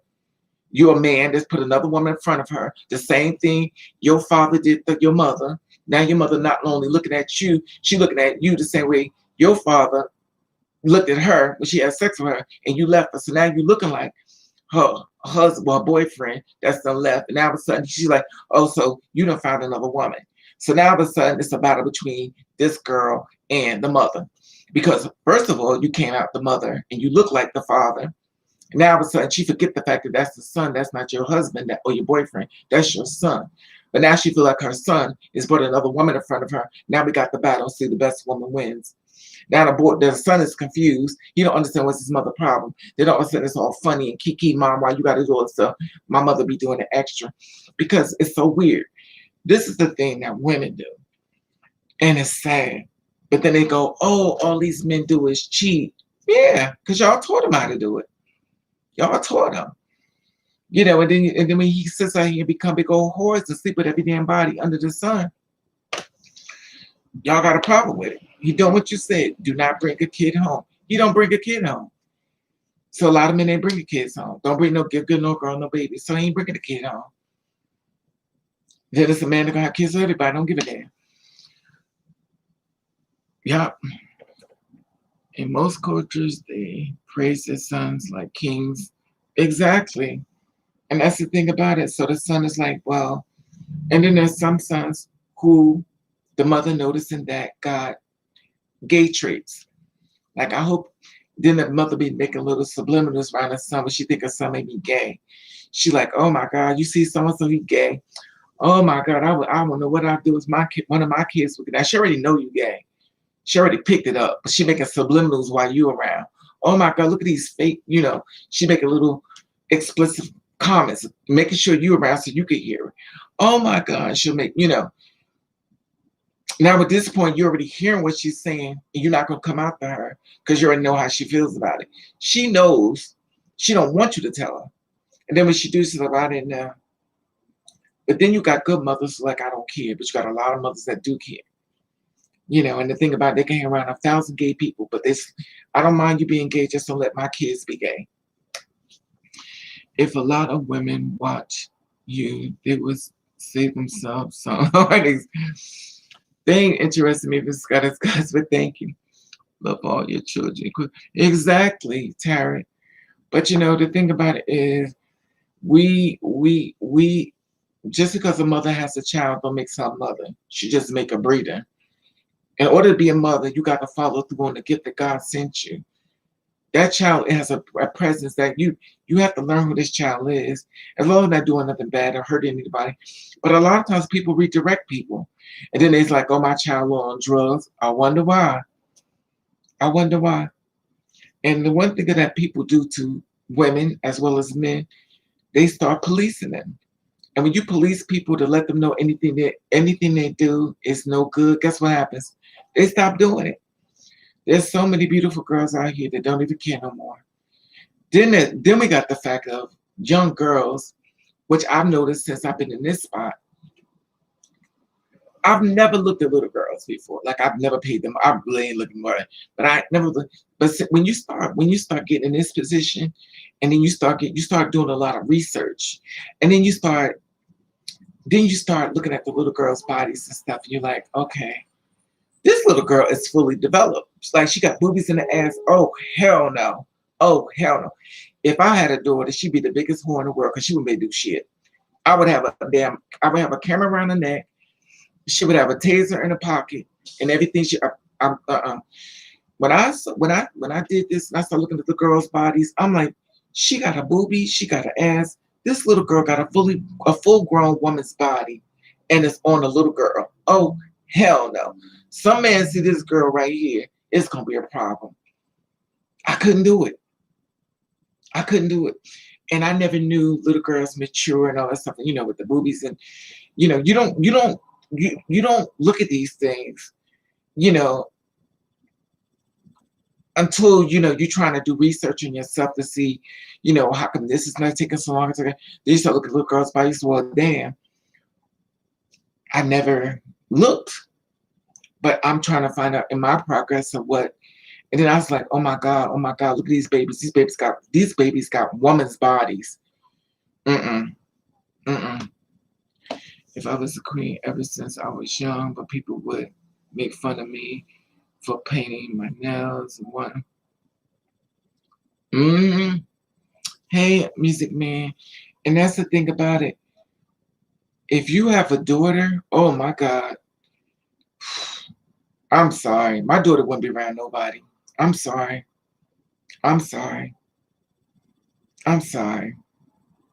And then you got to worry about little girls being around other little girls because other little girls molest little girls. I never knew about that stuff. I didn't know girls molest little girls or big girls molest little girls. Like, where did this part come in? Just like the thing with R. Kelly's sister. R. Kelly's sister allegedly is the one who molested the brothers. Now, R. Kelly's all here spun the hell up. Nobody talks about the fact there was a sister that basically raped his boys. They ain't talking about that. They just focus on R. Kelly. Yes, people always make fun of something they don't understand. That's so true, Terry. And that's the thing about it. When I would be so afraid, I would be afraid for my son, but I'd be more afraid for my daughter. And she'd probably be the biggest whore ever walked in her life because I wouldn't let her around nobody. I wouldn't let her around nobody. Hey, Maromel, a lot of people be having kids. The thing about it, Queen, is when you have children, you have to be a protector. You have to watch your children. And the thing about it is, if I got a daughter, and since I've been this way, I be looking, I'm looking at these little girls and I'm like, this little girl's walking down the street with another girl. No. When I see two little girls walking down the street, I'm scared. I'm scared for them. Like, I don't like this. Maybe I take things too personal. Maybe I just need to die because I don't like this. I don't like seeing little girls walking by themselves. I think a parent should always be with his children. I cannot stand to see little girls walking down the street with 2 girls, 3 girls. No, it should be somebody big watching over them. That's just me. A lot of people be having kids and ready. That's true. I have 5 toddler needs, girl. I be auntie. Exactly my point, Tara. My cousins gang raped me. Oh God, you can't trust. I'm sorry to hear that, Butterscotch. I'm sorry to hear that. And see, that's the thing I'm talking about. My daughter be like, she can go nowhere. I be too scared. Because people don't care. People don't care about hurting you. They're raping the little boys, they rape the little girls, and they don't care. You know, and the thing about it is that it's hard. It's hard. My cousins gang raped me. You can't trust anyone in family. That's so true, Butterscotch. I'm sorry to hear that. I probably read the same thing twice. Y'all gotta forgive me. My mind is psh. But here it is. But see, this is the thing, but when I became like this, I've never thought nobody would rape me. Like I've known that this is the thing. The only thing people ever told me was if you feel like you want to commit suicide, it's the hormones. Um, that's it. And get your body done. No one said, Raven, when you go outside, you are a target. You can't no longer just get on a bus around 11, 12 o'clock at night because you are a target. Nobody never said that to me. No one never said to me that you could be raped. No one ever told me none of this stuff. I never thought I never thought no one would even want to rape me. That's how I am. Mine, I never had a babysitter for them. I just work opposite shift. Exactly, Miss Time. I I think about all the females who are shorter than me that's probably been raped and beaten and don't tell nobody because the first thing they'll do is blame you. And then on top of that, when you do get enough courage to walk and tell the cops, well, what did you have on? What did you do? Now you get interrogated again. You think women don't see this stuff? These hormones make me emotional. Your body's secrets, female. Exactly, queen. My heart goes out to you, Miss Butterworth. Exactly. And the thing about it is, since I've been this way, 6 times guys have tried to rape me. 6 times. 6 times. 6 times. I've been full time for 13 years, and 6 times guys have tried to rape me. And my girl didn't defend me. So I went through so much saying for myself. And then why I don't think people should judge because they don't know. Exactly. People gonna judge you no matter what, Butterscotch. But the one thing you do, you got 2 legs to leave. You don't have to sit through the judgment. You get your butt up and you leave. Let them talk about you behind your back. Because that's where they stick the knives at, is the backstabbing asses.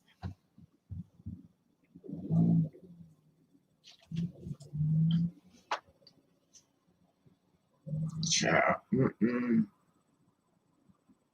I didn't get raped though. I didn't get raped because River fights back.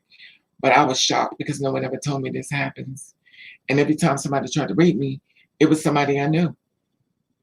It was somebody I knew. And the thing about it is like, yo, are you really gonna try to rape me on the street? Like, yo, really? Mm-mm. I learned about this. I learned about this. This goes against you. This goes against you. Holding a pocketbook goes in. You fight a man like this, and he like this on you. Child. One time I almost raped 17. Exactly. You gotta be careful. Natural. Like I didn't know this stuff existed. I have disagreement with my cis girlfriends because they don't understand that I am endangered trans women and try to bring me in a situation that's not safe. Don't go. Long as you know it's not. It's long as you know it's not for you, girl. Pardon yourself. Don't go nowhere. Your spirit's saying don't go. Don't go. Don't go. Mm-mm. Mm-mm. They should try to invite me to them house parties. I was like, no, I can't go. Mm-mm. I'm not going. I'm not going. You know, and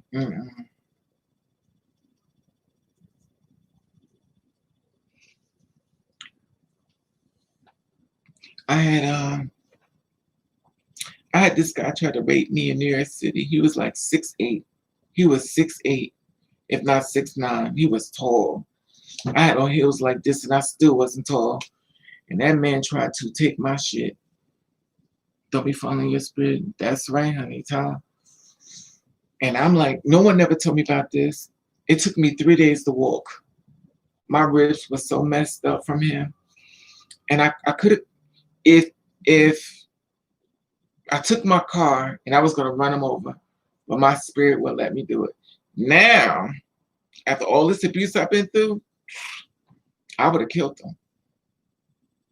I would have killed him because I don't want to say too much, but mm, mm-mm. But the old saying goes, whatever don't kill you make you stronger. But I used to wear my hair loose. I always kept my hair in a ponytail because I was waiting for somebody to attack me. I had to be ready. And guys would be like, "What's up with you? Why you always covered up? Why you don't wear clothes that fit you?" I'm like, mm-mm. I stopped wearing shoes. I stopped trying to look nice. I was getting prepared for the unprepared, for the unexpected. Because the one thing I said before, there's always somebody watching. There's always somebody watching me.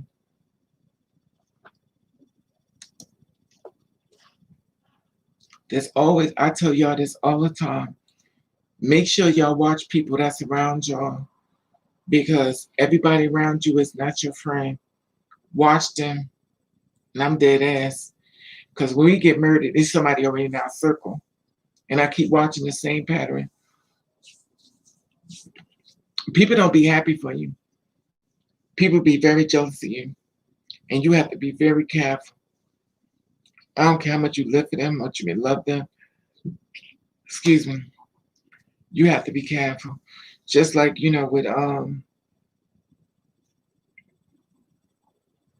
with dude that came to my house the second day of the year, I really thought him and I was going to be in a full-blown relationship. And that didn't happen. And we became full-blown enemies, and it's like, how did you become enemies with me when I'm the one always gave, you didn't give me shit. When I asked you for the help me, you refused to help me. So, I don't look for men to help me no more. I don't, because they don't give a fuck about me. They don't. They don't. And anytime a man help you, they want to complain. You want to complain about help me, but you want to fuck me for free. Fuck out of here. Then another thing is that they be trying to use it as an experiment. They figure that once I have sex with you, you can't undo sex. So, I mean, it's just like nobody cares how we feel. No one cares how hard it is or how much strength it takes to be who we are. They don't want to build our spirit. They want to see if they can dim the light. So why are you here if you're not here to add something to me? Well, if you can't add it to my spirit, you can add it to my bank account. Because you don't give a damn about me. And it's amazing. It's amazing. That's right, pretty. And the thing is, like, when I talk to a lot of cis women, they be like, Raven, please get them pocket. Hello, I'm checking. Hey, beautiful. How are you, sweetie, Miss Fern? How's everything going? People don't understand at all. Like, they does everything. But they don't care, Queen. Queen, they do not care. They don't care. That's why I don't even waste my breath with them. I don't argue. I just leave. It's not worth it because you only saying it to you because they don't care. You're like, well, let me just don't even bother. Just get away from them because they could care less. And that's how I feel. I'm tired of talking to people about caring about, and then in the same breath, they want you to care about them. They want you to look out for them. They want you to do something nice for them. But when it comes to you, nobody cares a damn about you. Things good, getting ready for next. Okay, Miss Fern, God bless you. God bless you. I'm glad to hear. But they don't care. And it gets to the point where you shut down. Like you get tired of asking people Do you know what it's like to be me? This is the thing that gets me the most, though, amongst 1,000 other things. Men who purposely make dates to hurt you. I'm going to set you up. They call false starts. I'm going to set you up to believe that I want you. And once I get what I want, I'm going to get rid of you. So I'm going to pump you up and then throw you away. Like I'm going to purposely hurt you, but I'm going to use it with a smile. And I'll rub your shoulders and, oh my God, you're so beautiful. And it's all a trick. So now that you hurt me, because in the beginning you said, I'm not like other guys. Give me a chance. I know God's done you wrong, but give me a chance. We are some good dudes out here. And then you confirm that you were just like the ones that hurt me. And then he used this excuse. Well, we're both adults. Yeah, Daisy. But we're both adults. So you hurt me. And I'm not supposed to respond back. I'm not supposed to get revenge on you. Okay. Okay. But you know what? I started asking myself, nobody can hurt you if you don't make yourself available. I started making myself available. And another thing I had to do within myself, because I'm working on my anger issues and stuff like that. And I do well some days, forget it. I'm not transsexual, but men do this to me. Drew Raven, this is why I tune in. Yeah, the thing about it is they do it. So you are, who are you pretty natural? You are a female or I don't want to offend.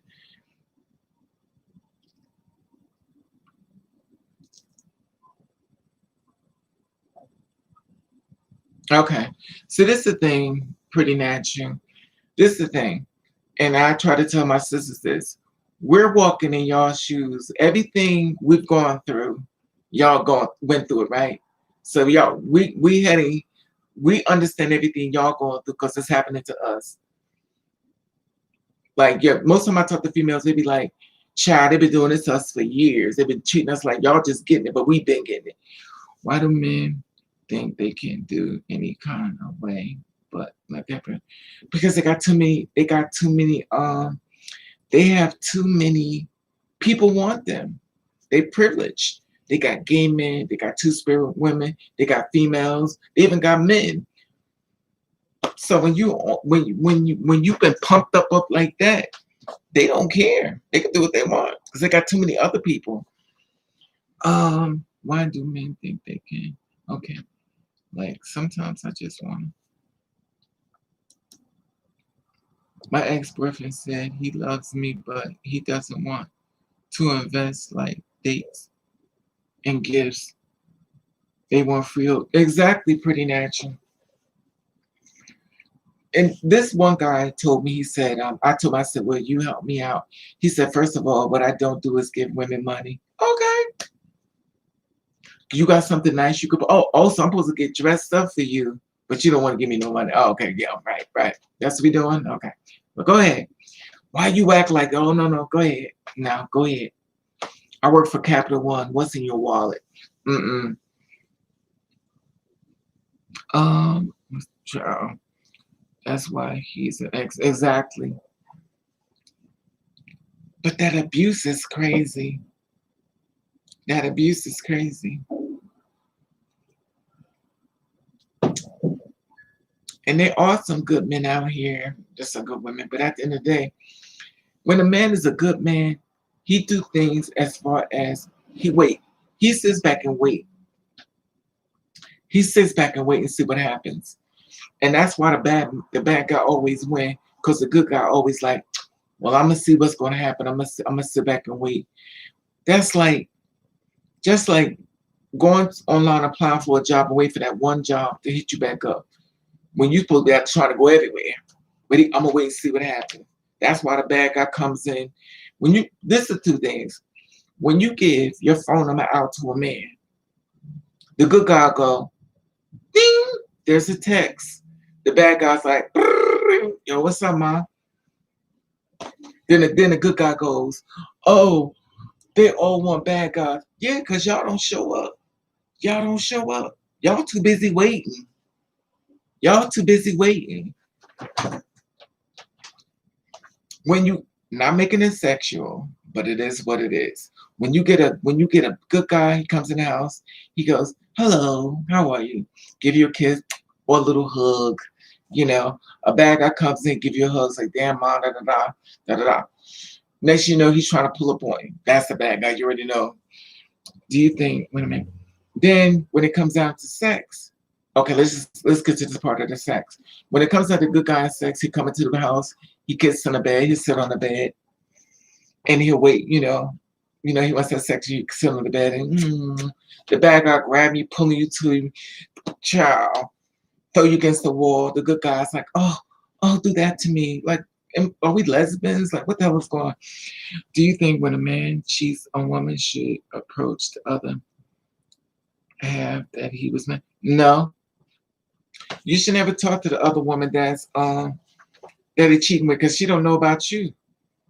And if you find out that he's cheating on you, he don't want you. I always say that's a blessing to you to get your ass away, because at the end of the day, you just found out about her. Just imagine how many other ones you ain't found out about. Because when there's one, there's two. When there's two, there's three. Because when he was with you and then that girl wasn't available, he got number three. Girls be thinking he only cheat with one, honey. He got a scatterbox of them.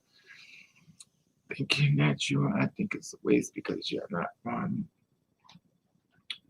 That's the thing. I tell people all the time, men are in high demand. They're in high demand. And the thing about it is, he don't have to sit around, and he don't have to. He also could find a woman with low self-esteem and let her be his cash cow. He'll go to her to have sex with her and get money from her. And he know if he turn it out good, he get money from her. I never forget, I met this guy off Talkie.com.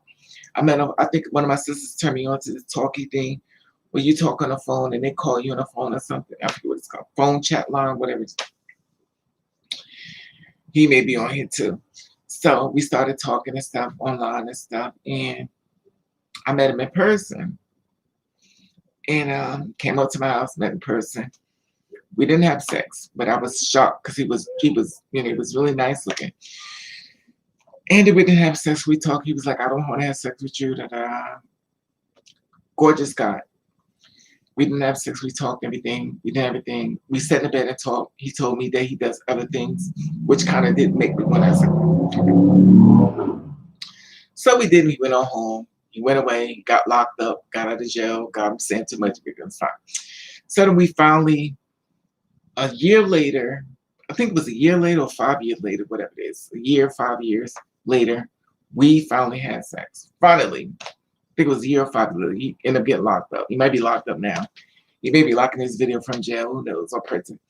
So he comes to my house. We finally have sex. We finally have sex. He ends up spending the night. So we started talking about other things as far as building a relationship, due to the fact we know each other, So we talked about having a relationship, moving forward. That I had no problem with me. He said he don't understand why people, he was very comfortable in his words with me. So, okay, fine. He goes home and stuff. But the one thing that I knew, this is when I knew that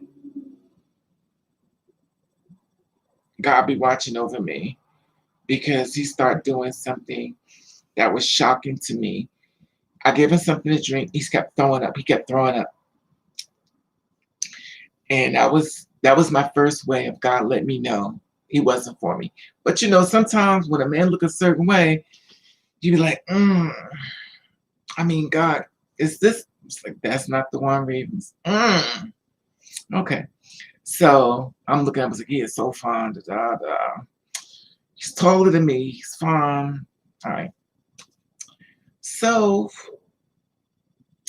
I called them up. I was like, he got home and go, okay, yeah, so he's supposed to come back. I think either he's supposed to come back on a Friday or come back. So I said, well, did you come back over? He's like, if you want me to come back over, you know what you gotta do. I said, what do you mean? If you want me to come back over, you know what you got to do. Y'all tell me what do you mean by that?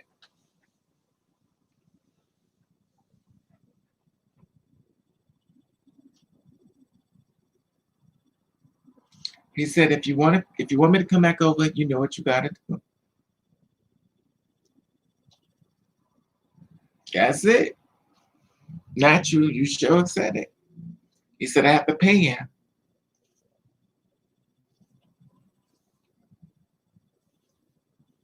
That's right. Y'all are absolutely right. Now here it is. I'm thinking all our conversations been positive, great. It was all about cash. He said, you got to pay. I gave you a sample. Now, if you want more, you got to pay for it. I was like, oh, honey. Oh, honey. You got the wrong one. Oh, honey, mothers lived, honey. Oh, honey, you have no idea about my Rolodex. Oh, sweetie. My Rolodex is fierce. You don't trust me. Mm-mm. Cause we had sex, but you ain't, that's escort dick. I got community dick that's around here, honey. But all I do is drop a phone call, honey. He does everything. Wash, clothes, clean every damn thing. I don't know. So you thinking you got, because you got a little bit less, honey. I would, child, please. I pay no damn man for no damn sex. I'm not got too many damn men will pay me for it. Why the hell am I paying you? Because you cute, child. You think none of my men is cute? Fuck out of here. You think this is what I'm going back to when I said before. These guys get pumped up because these girls be telling them things, and he doesn't just mess with girls. He messes with straight up dudes. So he messes with everybody. He messes with female dudes and the two-spirit women. He doesn't care. I guess he's like, I get my money anywhere I can. Exactly. He's not that good. The thing about it is that a lot of times I think a lot of these guys think that they the only one wants us. Like I'm the only one wants you. You could never have nobody like me. Who wants you? Who wants you? You act like you the finest thing walking. There's a lot of fine men out here. You're not the last of the batch. There are some fine men out here. So clearly you think you're the last of them, but it's not. You're not. You're not. And the thing about it was, I just didn't see that coming because we bonded, we talked, and it was a trick. This is what I'm saying. All these things made me into the bitch I am now. This is why I'm a bitch now. This is why I don't allow men around me. I mean, I don't bond with you. You're the devil worshippers. I have to protect my spirit from you because y'all don't give a shit about me. They don't. Every time I've invested my heart into a man, he got rid of me like garbage. Once he got finished what he wanted from me, he's gone. And then after a while, a man will turn you into a hoe. He'll turn you into a damn hoe. By looking for love, he will turn you into a hoe. And then people are like, but don't give it up to him. The stupid thing is, if you don't give it up to him, he'll wait and do everything he can to get with you. And then still get rid of you after you give it up to him. You can't make a man do what you think he's supposed to do because you act like he's supposed to follow rules. Please tell me what men follow rules. Men don't follow rules. They make their own damn rules. They don't follow no damn rules. Shit, they're the reason why they got buyer beware. Child, please. People make their own rules. People don't follow no damn rules. That's why we talking about the labels. What y'all give these labels for? Shit, nobody follow no damn labels. They gonna do what they want to do.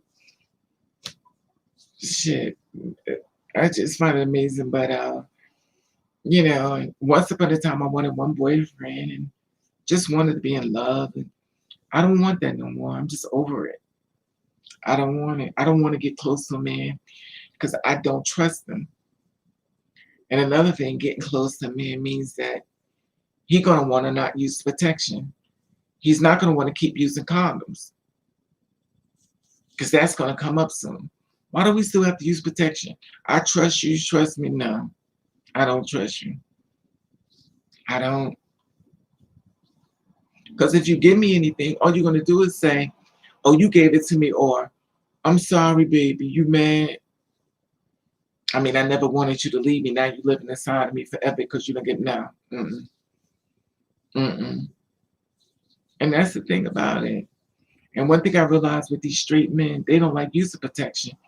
Even I'm glad I met you by strolling by because you giving me my whole me back. Exactly, Butterscotch. We all have the same story. That's the sad part about it. We all have the same story, and that's what's horrible about it. All you're gonna do is tell me you're sorry, but now I'm sick. But this is the best part. Okay, so now you gave me disease. Now I'm sick, and now you want to break up with me and move on to find somebody else.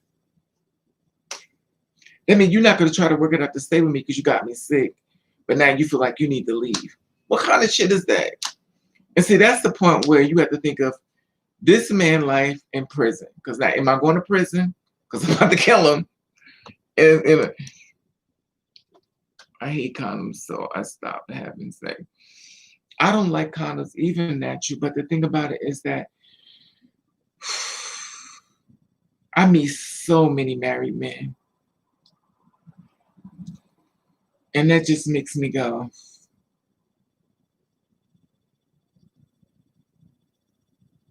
Most girls like me got our bodies paid for by married men and women that don't know that her husband was taking that account, paying for our bodies. That's the shade. Like, I see too much. I see too much. And the thing about it is, like, I know it sounds stupid what I'm about to say, but I thought when I transitioned, I would be dating gay men. I didn't know how to date straight men. Men, straight men never got along, ever. We don't get along. We don't mesh. We don't mesh. We just don't get along. They just get on my nerves with this whole we don't mesh. And I sit back. I'm the kind of person when I get pissed off, I just get quiet and look at you. And I keep asking myself, why am I beating myself in the head over these straight men? I watch how men do females. I watch a lot. I'm like a little kid in kindergarten. I watch everything. Now, I'm like, okay, so I'm not dating gay men. I have to date straight men. Then when I have to date straight men, what I do? I do research. I want to see how you do females. Because now since I'm coming around this way, I want to see how you do females. And I'm going to watch and listen to what females say they go through. So now I'm listening to the female side. Now I'm listening to the man side. Then I'm watching how this whole thing is working. Then I'm watching how a man is like, oh, she ain't but a hoe anyway. Da, da, da, da. Then I'm watching the man saying, oh, she got her own business because she sucked somebody. I'm like, but you supposed to love women, but you shooting her down. Then I'm watching how a woman on her way to work or somewhere, he stops her. He knocks her up, give her a baby, and leave her. Now she got a full-blown baby. She has to take care of her own. She asks him for child support, and he goes.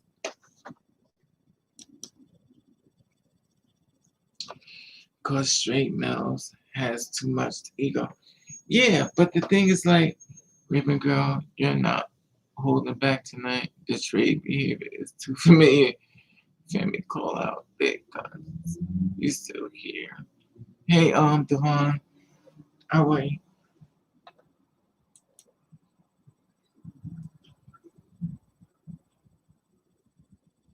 Yeah, you are alone. A lot of men and gay and don't even know.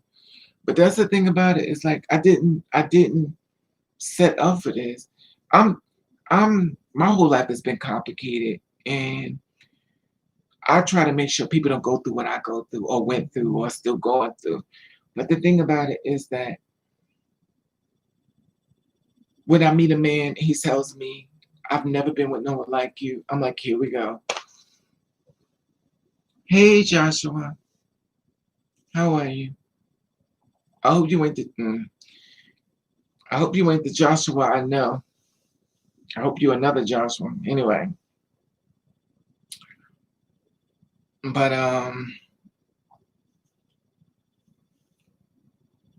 Yeah, that's the thing about it. It's like you can't build. Once upon a time in Gabrielhood, I meet a man and we would build. We didn't have the best, but we built, we built, we built. But even when I was with a female, I didn't. It wasn't best, but it wasn't like this. I was with a female. We had a problem with us like this. We get when I have to deal with these. When I have to deal with these straight men, it's been straight hell. Um, no pretty beast saying, man, you get, we get. Hey, Miss Bubbles, how are you, sweetie? You can't make a man or anyone else behave a certain way. However, know your words, set your boundaries, and leave it not being respected. I'd rather be alone before I settle. Um, between plan, I agree. That's the thing about it, though. It's a process with anything. And me and straight men don't mesh. We just don't. I've tried, and they don't even agree with me. This is the one thing I can honestly say with the black men and the white men. They both don't get along with me. They just don't. That's the first time in their life they decide to be together on me. They don't get along with me. They don't get along with me because I'm like a dog when they get out the water. I just run around now.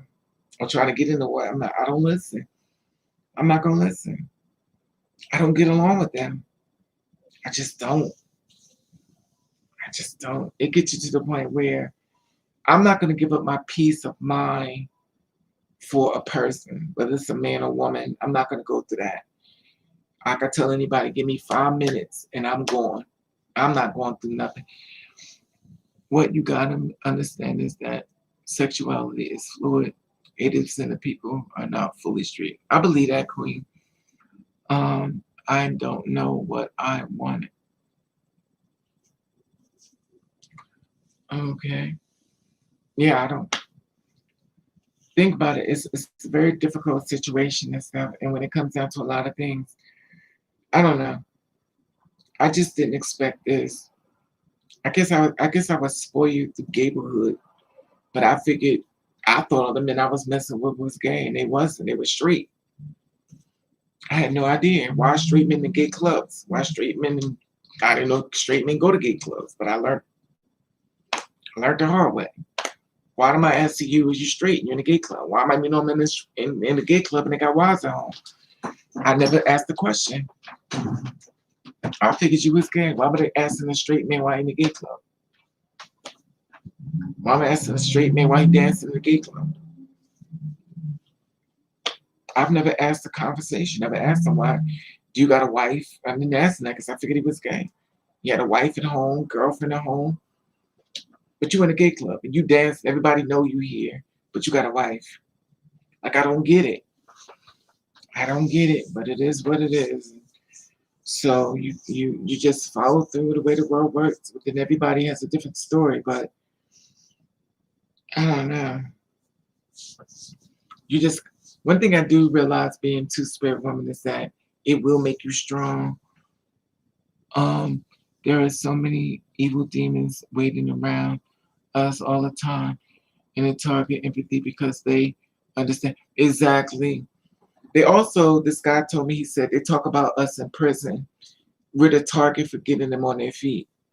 They look for the marginalized community that's broken, and all I have to do is show up, and they'll be treated like kings, which just ends up being true. Or you find a woman that's broken, and she's broken. He'll try to be around her, and to use her to get up on his feet. Then he go be with the woman he really wants. I was watching this thing called Locked Up. I think it's on TV. Locked Up. They come out of prison, and this one black girl, she gave this guy a car and everything. He left to go be with another woman. So that is just so horrible. How long you been doing this talk? It's 2 hours and 23 minutes. Truth on the other women's money. Yeah, that's the thing about it. But you make an appointment just to hurt me. Like I know you broke in, so I'm gonna take you there. I'm like, yo, why? What happened to that best friend? What happened to that best friend? Like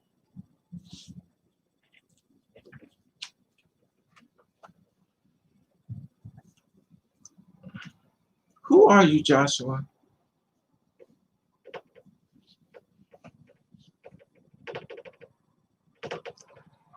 They are.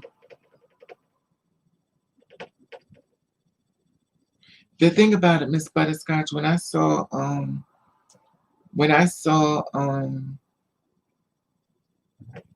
that how much she really loved him, what they do is they show you the abuse, how much a man will abuse a woman. And it's horrible. Even women abusing men. I seen it, some women abusing men, she played them out and stuff. And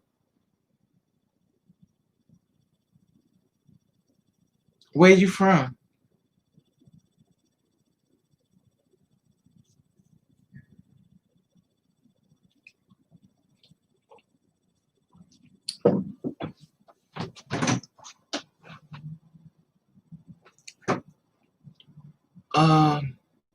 Yeah, it's sad though.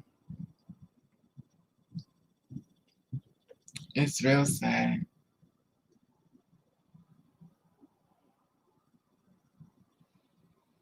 How tall are you, Joshua?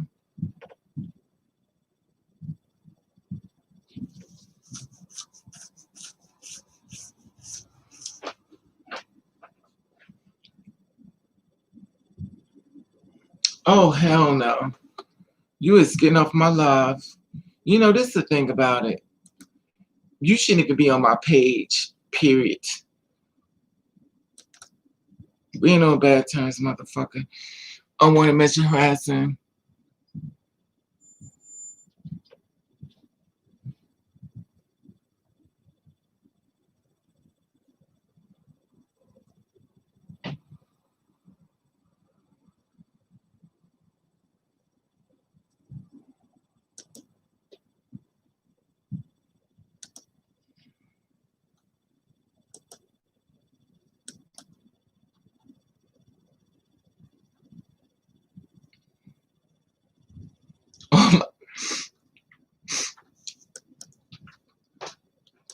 Oh my God.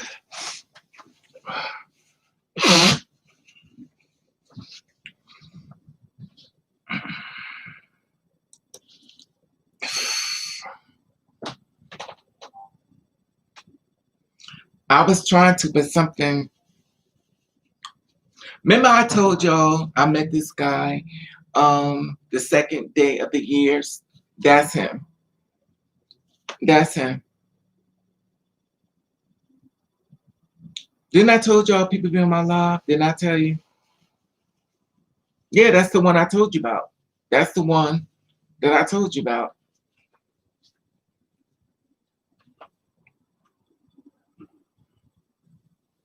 That's the one I was looking out for, the one that played me out. That's him. When he got his cousin to my I slept with his cousin. That's him. Didn't I tell y'all they be watching me behind the scene? It's more than him on here too, trust me. Didn't I tell y'all? Tell y'all be thinking I'm lying.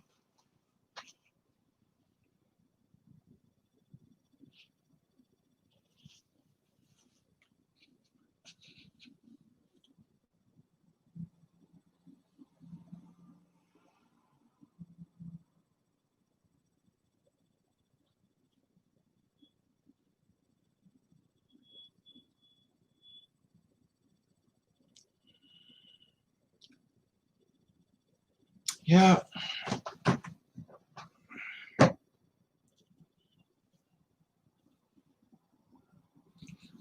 That's the thing about it though. I be telling y'all.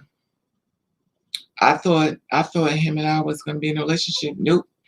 He went and let his cousin talk about he slept with me, all this bullshit. I'm like, you good then? You good. Now you good. Mm-mm. Thank you. I told you they crazy. I could find them.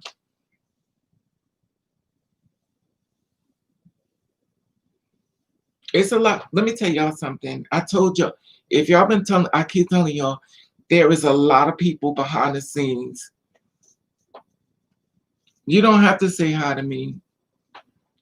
You don't have to say hi to me. You did what you needed to do. Like you did what you stay with your cousin. Like I said before, you good. You good. You good. You good. You, everywhere I turn around, I blocked you on the phone.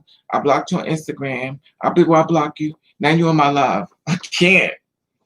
I can't. I can't. And then the thing about it is I had you in my house. I had you in my house. And you could have been just like the rest of these. Mm-mm. Mm-mm.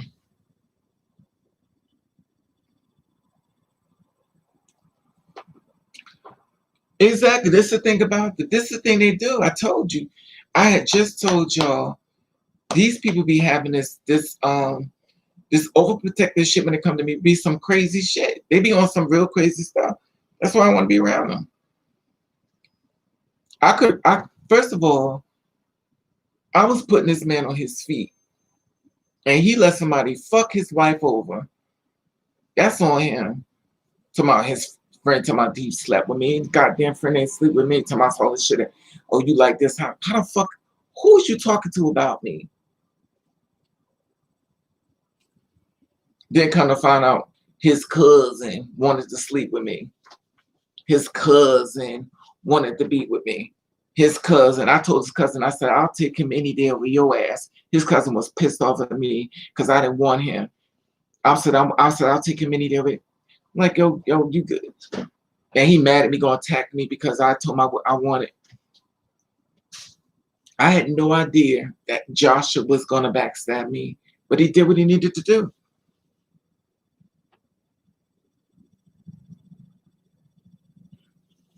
It's crazy though. And I hate to say it, but it's more men on here, y'all, than him. It's more of them on here.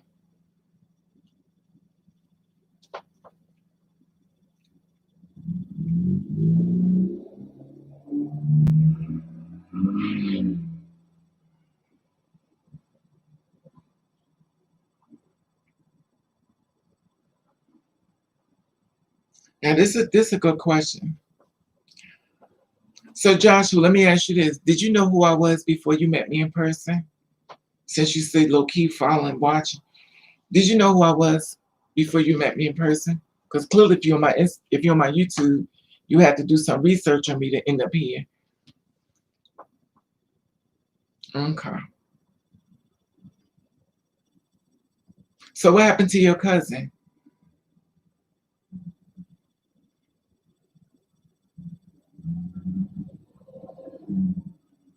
That's what I've been saying, Joyce. I mean, AD, I'm like Joyce. I'm so damn blonde.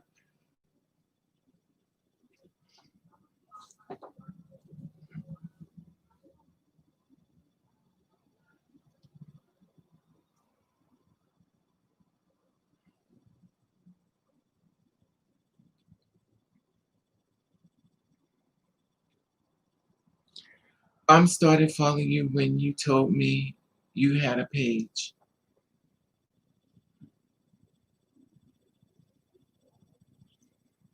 So let me ask you this.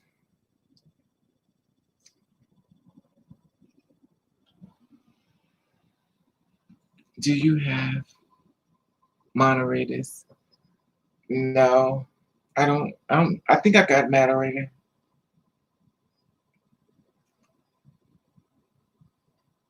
I think I want a tally.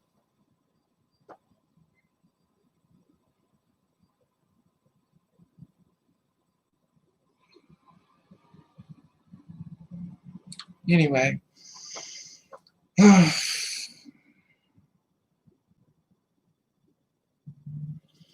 So, like I said before,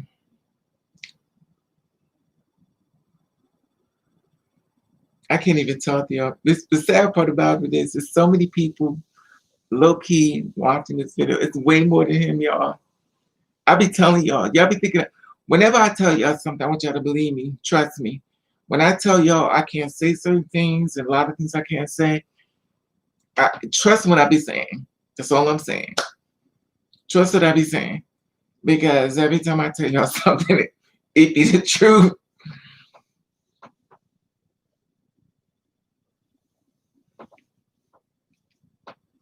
The moderators can block folk. Who wants to be a moderator? Whatever the hell. Who wants to be a moderator? I guess I could put people moderators.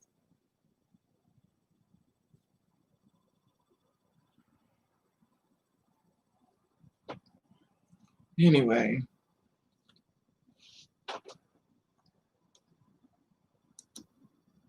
wait a minute, y'all going too fast. Add a moderator.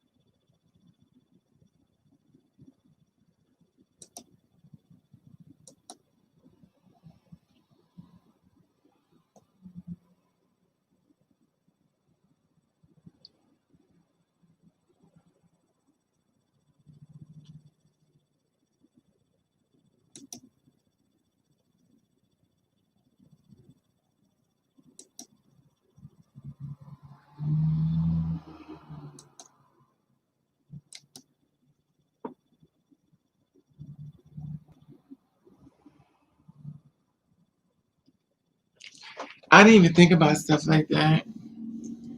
Thank y'all.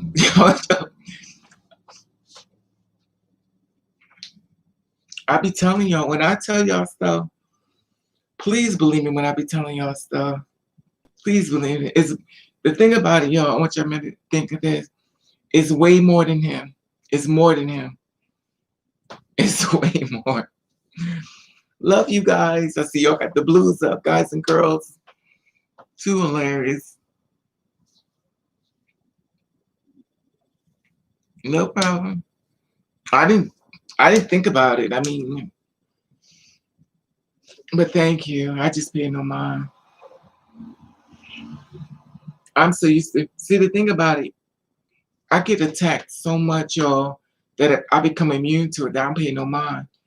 I get attacked a lot. I told you, I said behind the scenes, I go through a lot. When you get it so much, you pay no mind. Well, clearly y'all not having it. Y'all paid it mind, but I paid no mind. And because it's like I'm used to it. I'm so used to getting attacked all the time. We got you back. Thank you.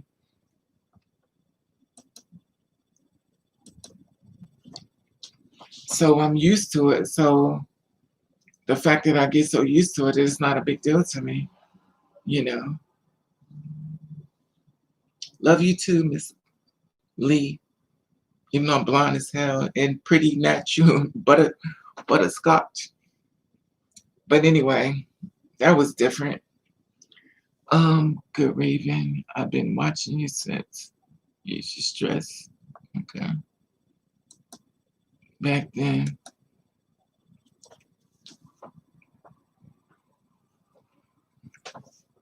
Just stress walk. I can't do them walks anymore. D. Our friend just jumped in my butt behind me, showing too much. I just got hollered at by people. Try you and think it. I got hollered at. My friend told me I have to stop posting too much stuff of where I'm outside. Stop posting outside. Stop posting. Stop posting. You're posting too much. People starting. You getting too much attention. People starting to trying to find out where you at, which is true. You know, the thing about it is like I don't want to become so constricted, but it's like I can't. Remember I told y'all before I can't share everything with y'all because I got so many people behind the scenes watching me. Like I could do so much with y'all, but I can't because people be trying to find a way I'm at. It's a lot, and it's overwhelming because it's like I want to have fun with y'all, I want to do things with y'all, but I can't because everybody don't like Raven, and some people pissed off that I'm a voice for y'all saying, you know, we're real people and stuff like that, and you know, you're just boosting them up and you doing this, and I'm like, well, why is this so important that we go on the ground instead of giving us a chance to live our life and mind your business? You know, it's not like I told them, it's like, oh, some people like, oh, this is a trans channel. I said, excellent is not. I cater to people who are different. It's not a trans channel. It's not an LGBT channel. It's a different channel. That means if you're a person that people feel like you're different, you don't know where to go, you got a place to go because everybody's different here.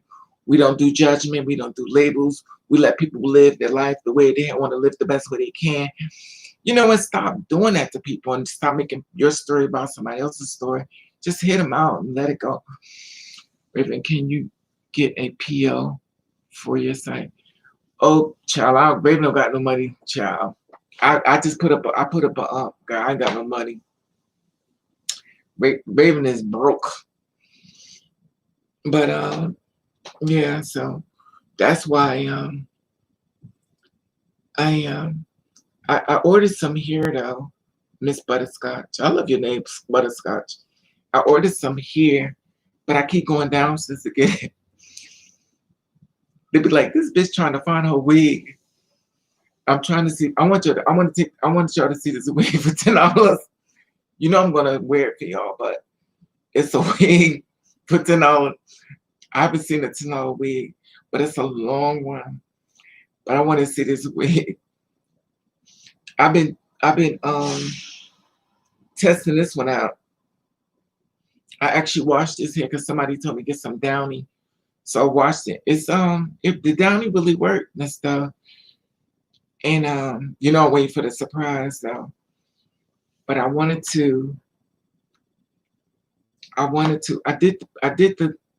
the what's these things called? Baby hairs. When it's supposed to.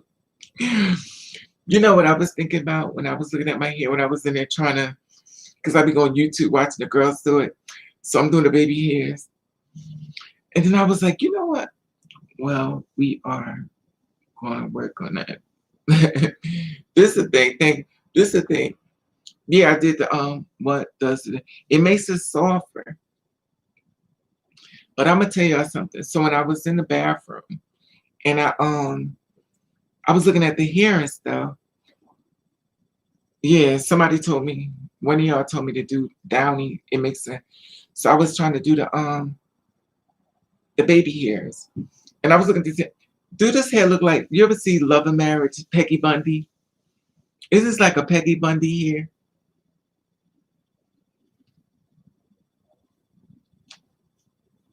Remember the is it called Love and Marriage? I don't know what it's called. It was Peg Bundy, Al Bundy, and write a book. I don't know. I wish I could write a book, Perez. The edges. Yeah, that's it. The edges. I'm experimenting away. But yeah, that's what I did. It's not shut. I watched it today, and I braided. So what I figured is when I'm ready to go to bed, I use that Gorilla Glue. Love and Marriage. That's what it is. Love and Marriage. Okay, thank you. Yeah, Love and Marriage. That's what I called it. And so I used that Gorilla Glue. I used some rubber diamonds over my scalp. Then I used Gorilla Glue and I put it on here. Now I learned with Denise here, I used the Gorilla Glue, but if you want to take it off, you just pull off this way. Like I'm not taking up, I don't want to take a bath with this wig in my head. Do anybody wear lace fronts? Do you mean married with children? Oh, married with children. Yes. Somebody said, thank you, Rico. Raven, are any clubs or bars open in the village? Because I was thinking of taking a bath. I don't know, sweetie, because I haven't been to New York in a long time. I haven't been over there in a long time. I've been here. The show is Married with You. Oh, it's Married with You. I think somebody said that. Oh, yeah, it's Married with You. Yeah, thank you, 3 people. Yes, we both got it wrong. Married with Children. Bad hair words. Yeah. So the thing is, like, I watched it, but if y'all think about it, before it was fuller.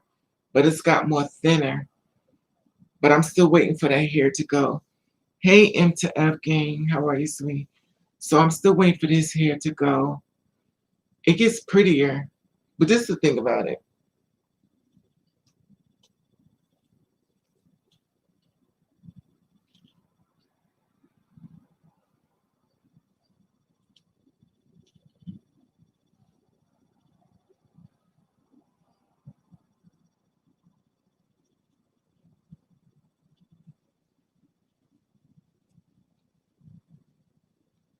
Okay, I'm okay, sweetie. I'm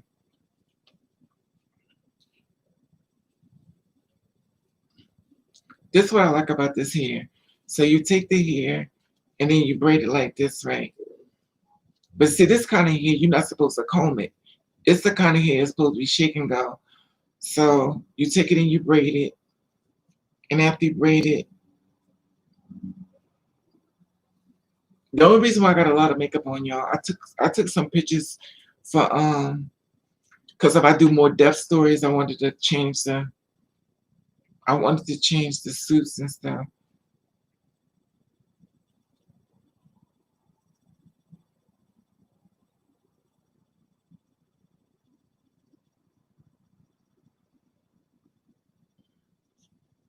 See how it goes?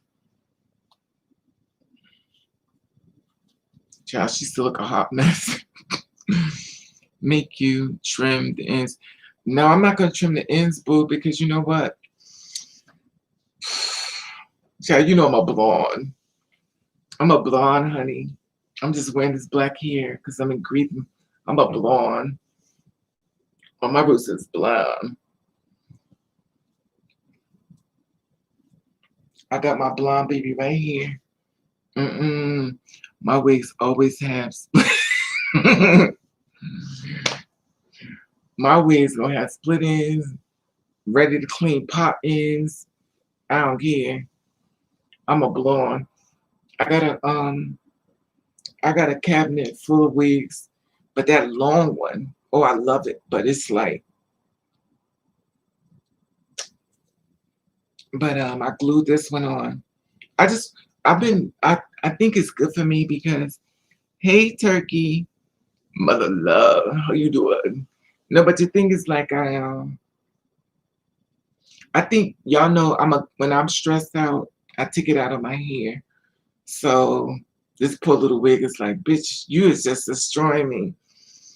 Cause I'm stressed out, I take it out of my hair. I start doing my hair, and I'm not used to wearing wigs, so I like weaves. I'm a weave person. So.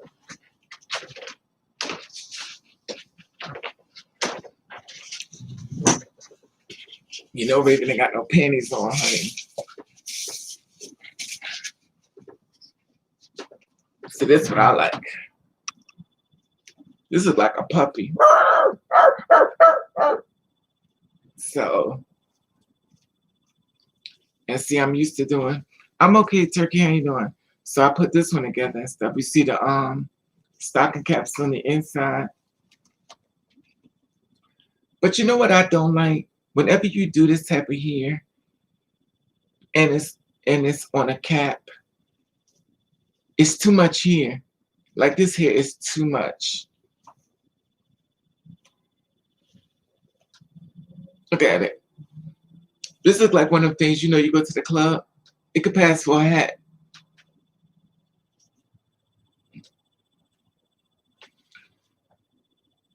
Got a brush and use the drop on fabric soft. Yeah, you know when I'm getting ready to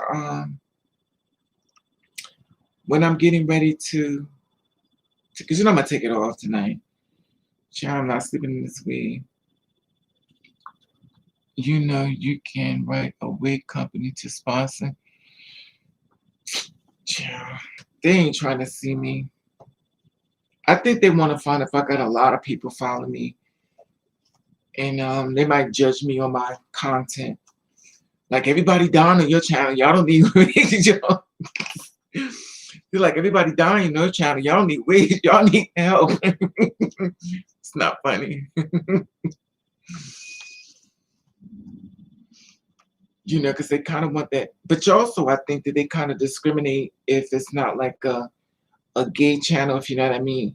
Because if it's like a gay guy channel, they'll support that. I don't think they know how to. I don't think they know how to. I don't think they know how to perceive us, which is so weird. I'm just saying, me. Maybe other girls they do it. Comment wasn't even rude before it got deleted. I didn't delete nothing.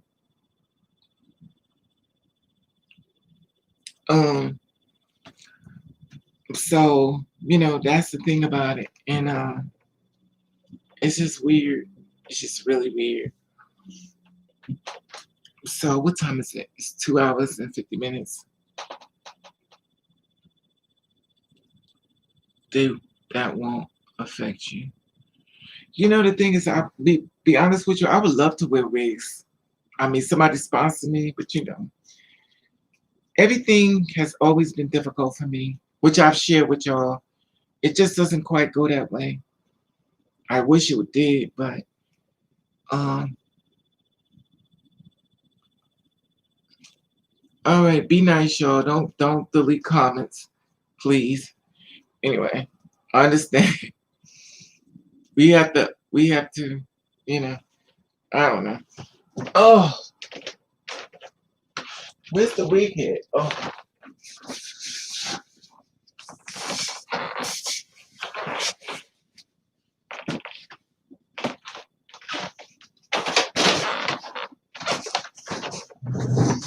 Now, speaking of people behind the scenes, and I'm sure they're gonna see this when I lift this up. They're gonna start laughing. But someone gave me this.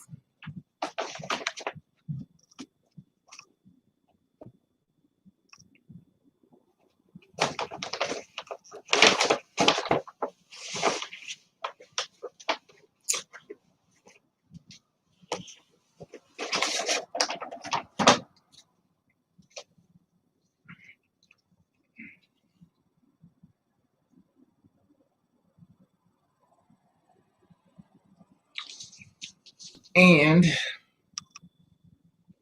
this is cute though. But the person gave it to me. Thank you. I love you. You're so sweet. I'm super cheap. And I know you're watching because you always watching my videos, low key. Hey, Raven, I have a question. I met a man who wants to meet me in the city, the village. I'm on prep and he's on prep. He wants to go bareback. What would you? No, don't do it. Don't do it, Rick. Rick, don't do it. Don't do it. Mm-mm. Mm-mm. No, no, no, no. Hell no. Mm-mm. No. Mm-mm. Mm-mm. No. Don't trust nobody. Because at the end of the day, when that shit is, when they gone a couple of days later, mm-mm. Hell no.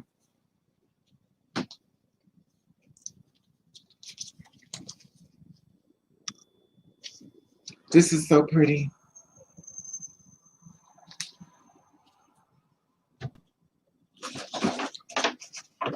No, because deep fried turkey. Oh my god. I'm getting hungry. Some fried turkey with some stuffing and some cranberry sauce. I don't even celebrate Thanksgiving, but I'll eat. Mm-mm. You can still get herpes. You know what? I can't. Don't trust it. Don't trust nobody with your body, baby. I don't care. Mm-mm. No. Mm-mm. Don't even trust your prep. Don't trust it. This is the thing about prep. This is just my opinion. I feel like, my opinion, I feel like prep is made up to get people HIV after a while. And the reason why I say this is because I'll get you to stop using protection and I could kill y'all off quicker. That's how I feel. I feel like I could kill y'all off quicker if I got y'all to stop using protection. Then all of a sudden, the clear blue sky, down the line, all of a sudden, all these people gonna start getting sick. Because here it is, well, it didn't show up, but it was actually still in the system. It was still in your system. It just didn't show up, if that makes sense. It didn't show up on the film, but it was really in your system.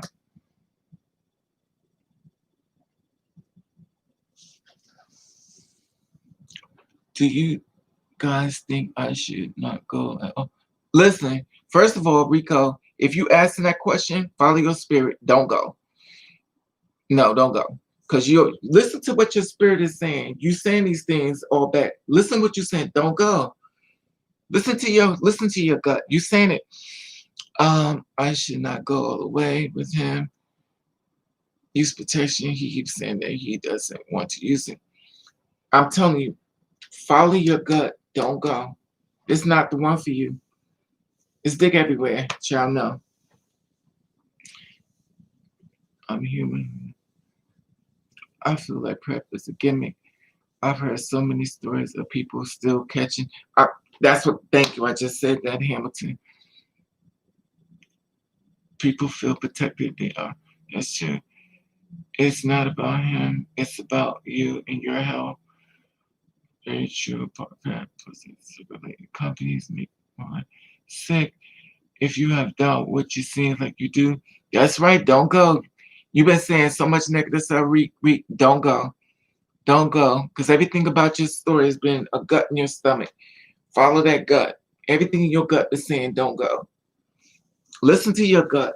Listen to your spirit. Your spirit won't fail you, girl. But I'm afraid I might love him because that's all he keeps. Girl, you don't love him. You're in love with the fact that somebody's telling you that they love you. Take it from me.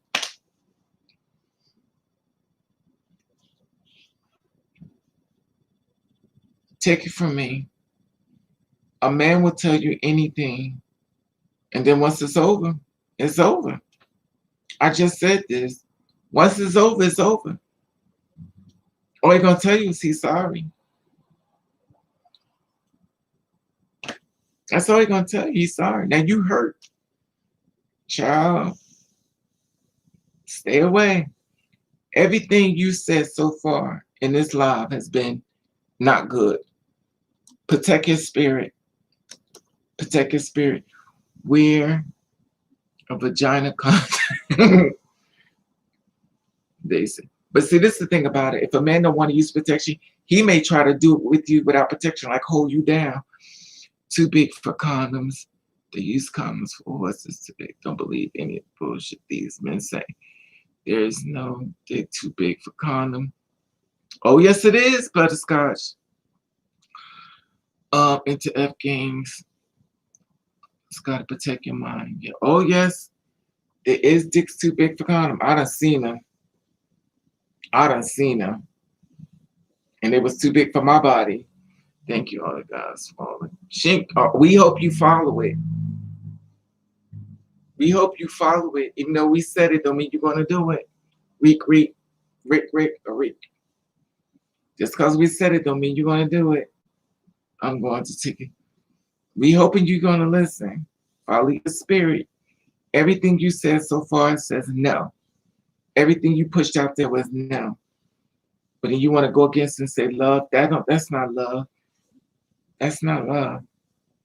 Don't let them use that word because they already know the target. You're a target. That's right. We want you to stay alive, honey. Bust out the Sarah.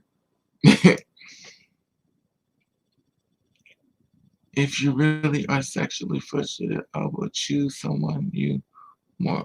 Yeah. Toys. I need to listen to me, Raven. Preaching to me. I need to listen to you. Have to, child. I don't trust me now. Y'all know I'm not the best. I have trust issues. I told y'all this. I have trust issues. I have anger issues. I'm not the best, but I don't want y'all to go through what I went through. I just don't. I don't. Let my lesson be the window that y'all need to see so y'all don't let it happen to you. So if I jump in front of the train and I get hit, y'all know not to jump in front of the train. You know, at the end of the day, because everybody who smiles in your face is not your friend. Every sister is not your sister.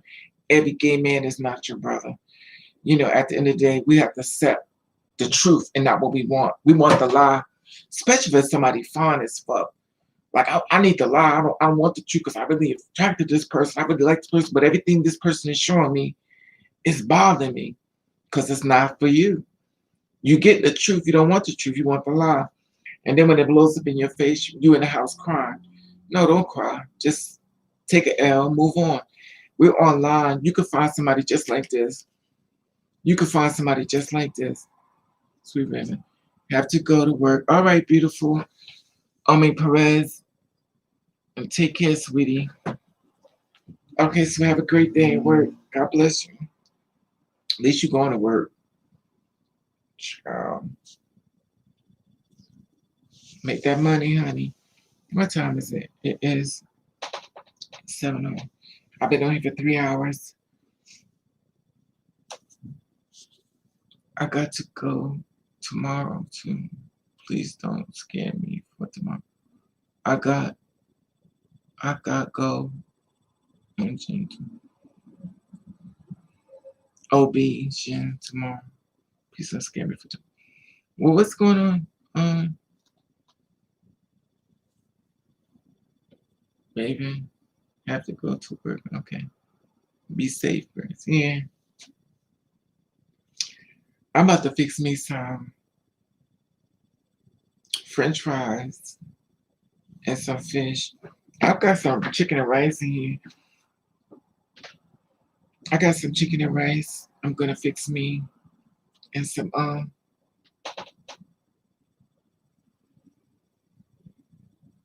yeah, I'm gonna fix some chicken and rice.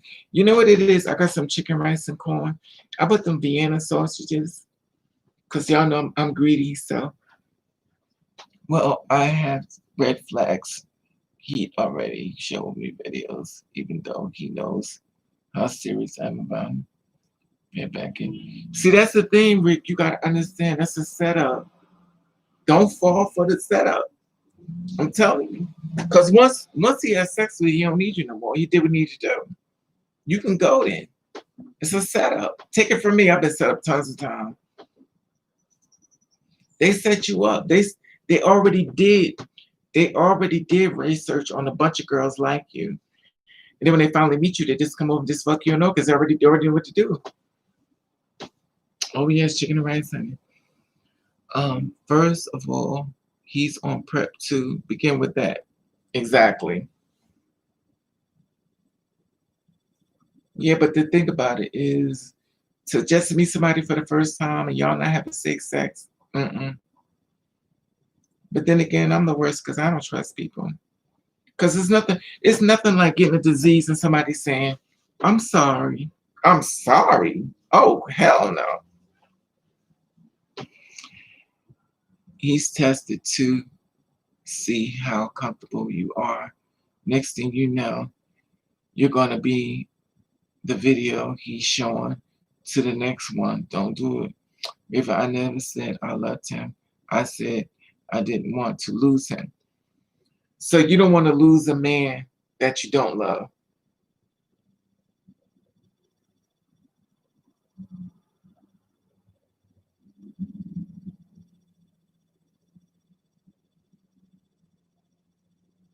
Okay. Anyway, I'm gonna make me some salad. I ain't got no salad done.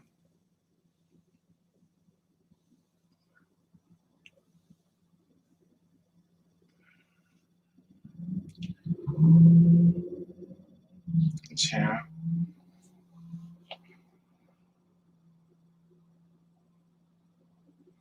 I know I want to get some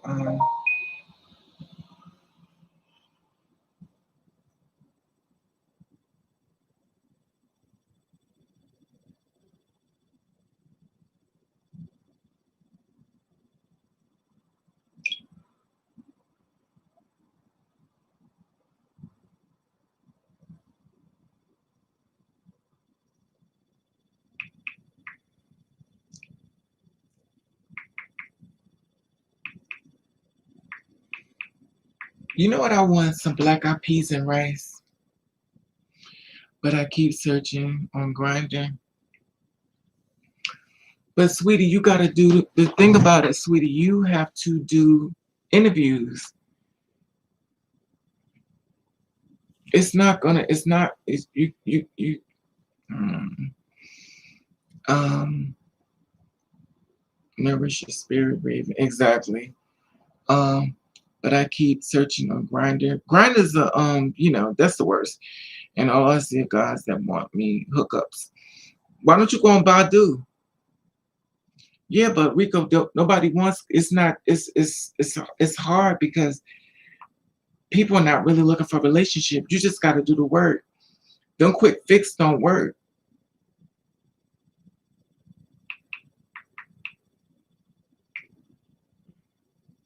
When you do find somebody,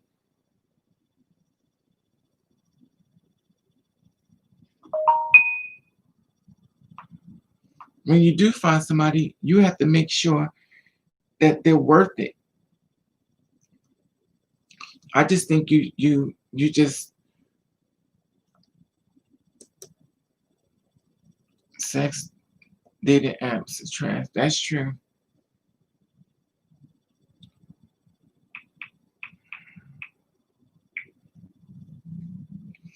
Thank you for your comment, but it's so hard on here.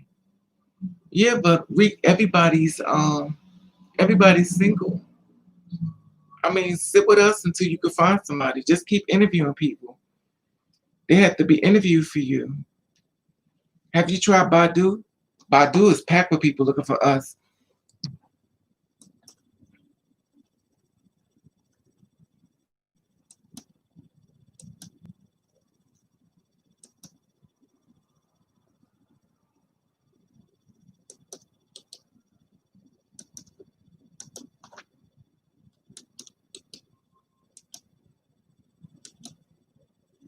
Yeah, going Badu. I got like, I've been on there. I just got on there. Let me see. I have I have 99 people plus, and I have 21 people in my message box. It says my population is very high. Go on there. Child, they're looking for the girls. I tell them what's up. They're like, I'm with it, sweetie. So go on there, honey. Take it slow. Yeah, honey. Save your time. I'm going to make some. Oh, French fries are all right now. Okay, now. You know what? I want some steak, gang. I want some steak and corn and some liver. I know mostly I don't like liver. Take it slow, wait. Being honest. Exactly, butterscotch. Child, that quick fix is a mess. Do you have YouTube in prison? Who's in? Oh yeah, they can get on there. XB. Oh yes. Oh yes. Um, girl, go see me. You know what? I never had that. I thought I like. I think I have had that before. I'm not sure. Oh yeah, they do. They got. I met guys. I met guys online from prison on Instagram. You know, I wish this one guy would go on my page and inbox me on my Facebook, who I've been trying to get him out of jail for the longest. I wish I never did this. I did this.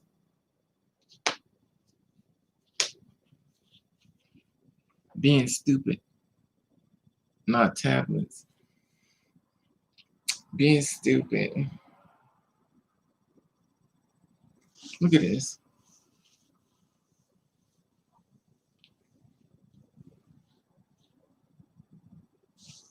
Anyway, I bought me some cranberry juice too.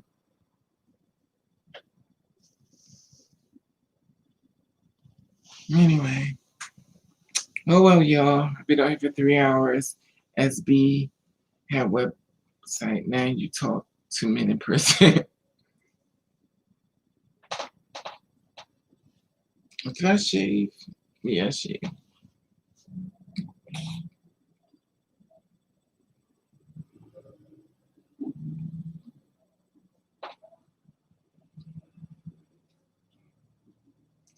I am so impressed with this wig though. And it's soft too. I was watching this YouTube channel that was saying that the fabrics become softer. I don't mind it being like this because as long as it ain't napping, I do not want to buy somebody's nappy hair put on my head. I'm trying to comb naps. Anyway,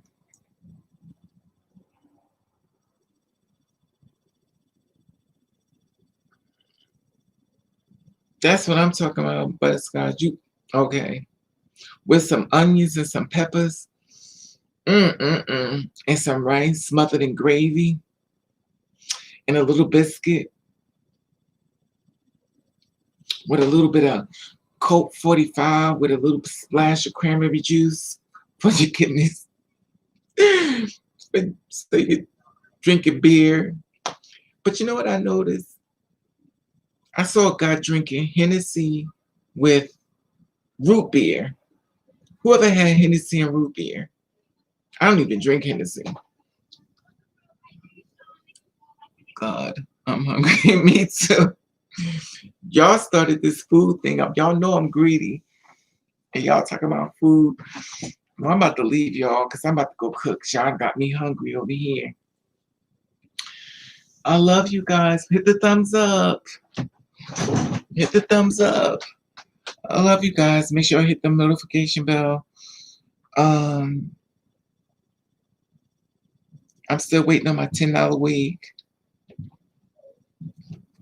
I'm waiting on that. My face is painted to the gods. Do you like your lip? Oh, Miss Butterscotch, both. I'm not picking Miss Butterscotch. Love you too, Miss Lee. Butterscotch, Natural, XB, Miss Bitch, Miss Queen, MF Jane, Gang, Matthews. Let me see if I call anybody's name out. Y'all know I'm blonde. Bubbles, Autumn. I said pretty natural.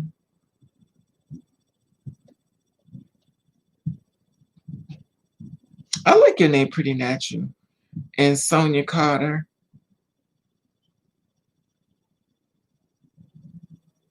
Sonia Carter. Reek Reek.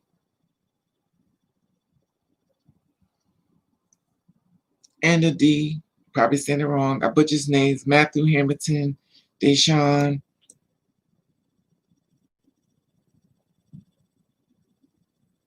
Miss Bitch Severe. You know what? I can't. I can't. Deep fried turkey. You know what? Deep fried turkey. You know what? I had to go eat. That name right there got me hungry. Deep fried turkey. I got to go eat now. It was that name that got this whole chat knocked off. Deep fried turkey. Now you know that name right there got me hungry. Badu is for gay men or it's for anybody. I'm on there, they know what I am. Who are you? Reek Reek, are you could you tell me? I don't know, you identify you trans woman, gay man, straight man, I don't know. Well, I guess not a straight man, whatever. Pansexual. Well then oh, pansexual. T. Okay.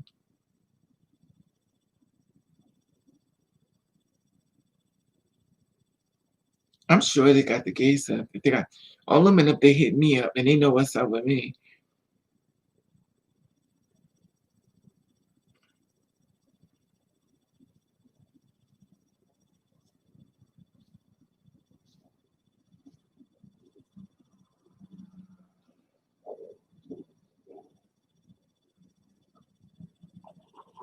Love you. Good night. This is Butterscotch. I guess Chichi, where you at, honey? We're waiting on you. Rick, Rick. I'm about to go. I'm hungry as hell. I'm about to fry this fish. And I should make some macaroni salad, but I don't feel like making it. What time is it? Oh, it's so early.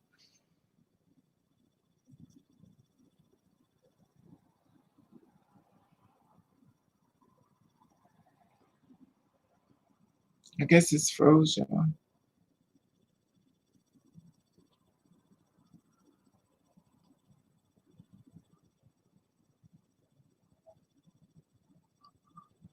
Okay. I guess everybody's gone. All right, people. I love you. I guess this computer's moving slow.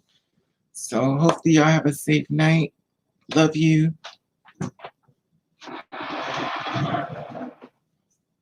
Thank you for coming to my live.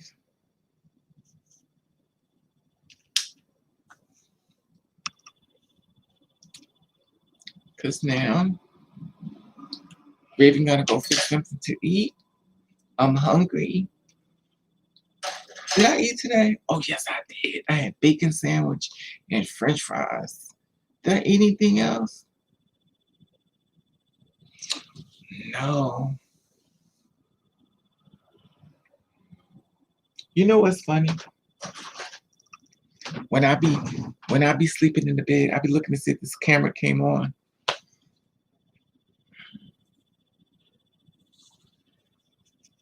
Good night, everybody. Be safe. Love you, all you new moderators. This chat was the moderators day. 11/29 became moderator day. Love you all, moderators and non-moderators. I guess the soldiers are full force and ready. They got their wrench out, psh, psh, psh, which is hilarious.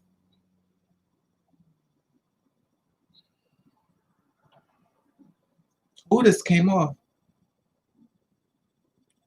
Why did one lash always come right off and then one always, you gotta soak it in there and go hot water? Because if you don't soak it, it'll stay on. Look at this. This one came right off. I gotta soak this thing.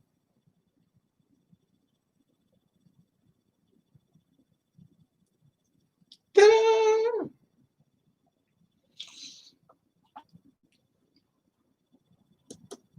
Let me give you my let me give you my Instagram. Oh no, what's this? Okay. Let me give y'all my Instagram. I've been talking to some people behind the scenes. They like to talk to me.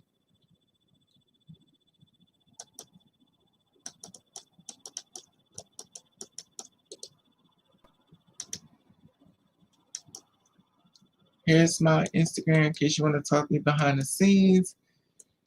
Want everybody in your business. Love you all. Be safe. Stay safe. Everybody get some food. Love you.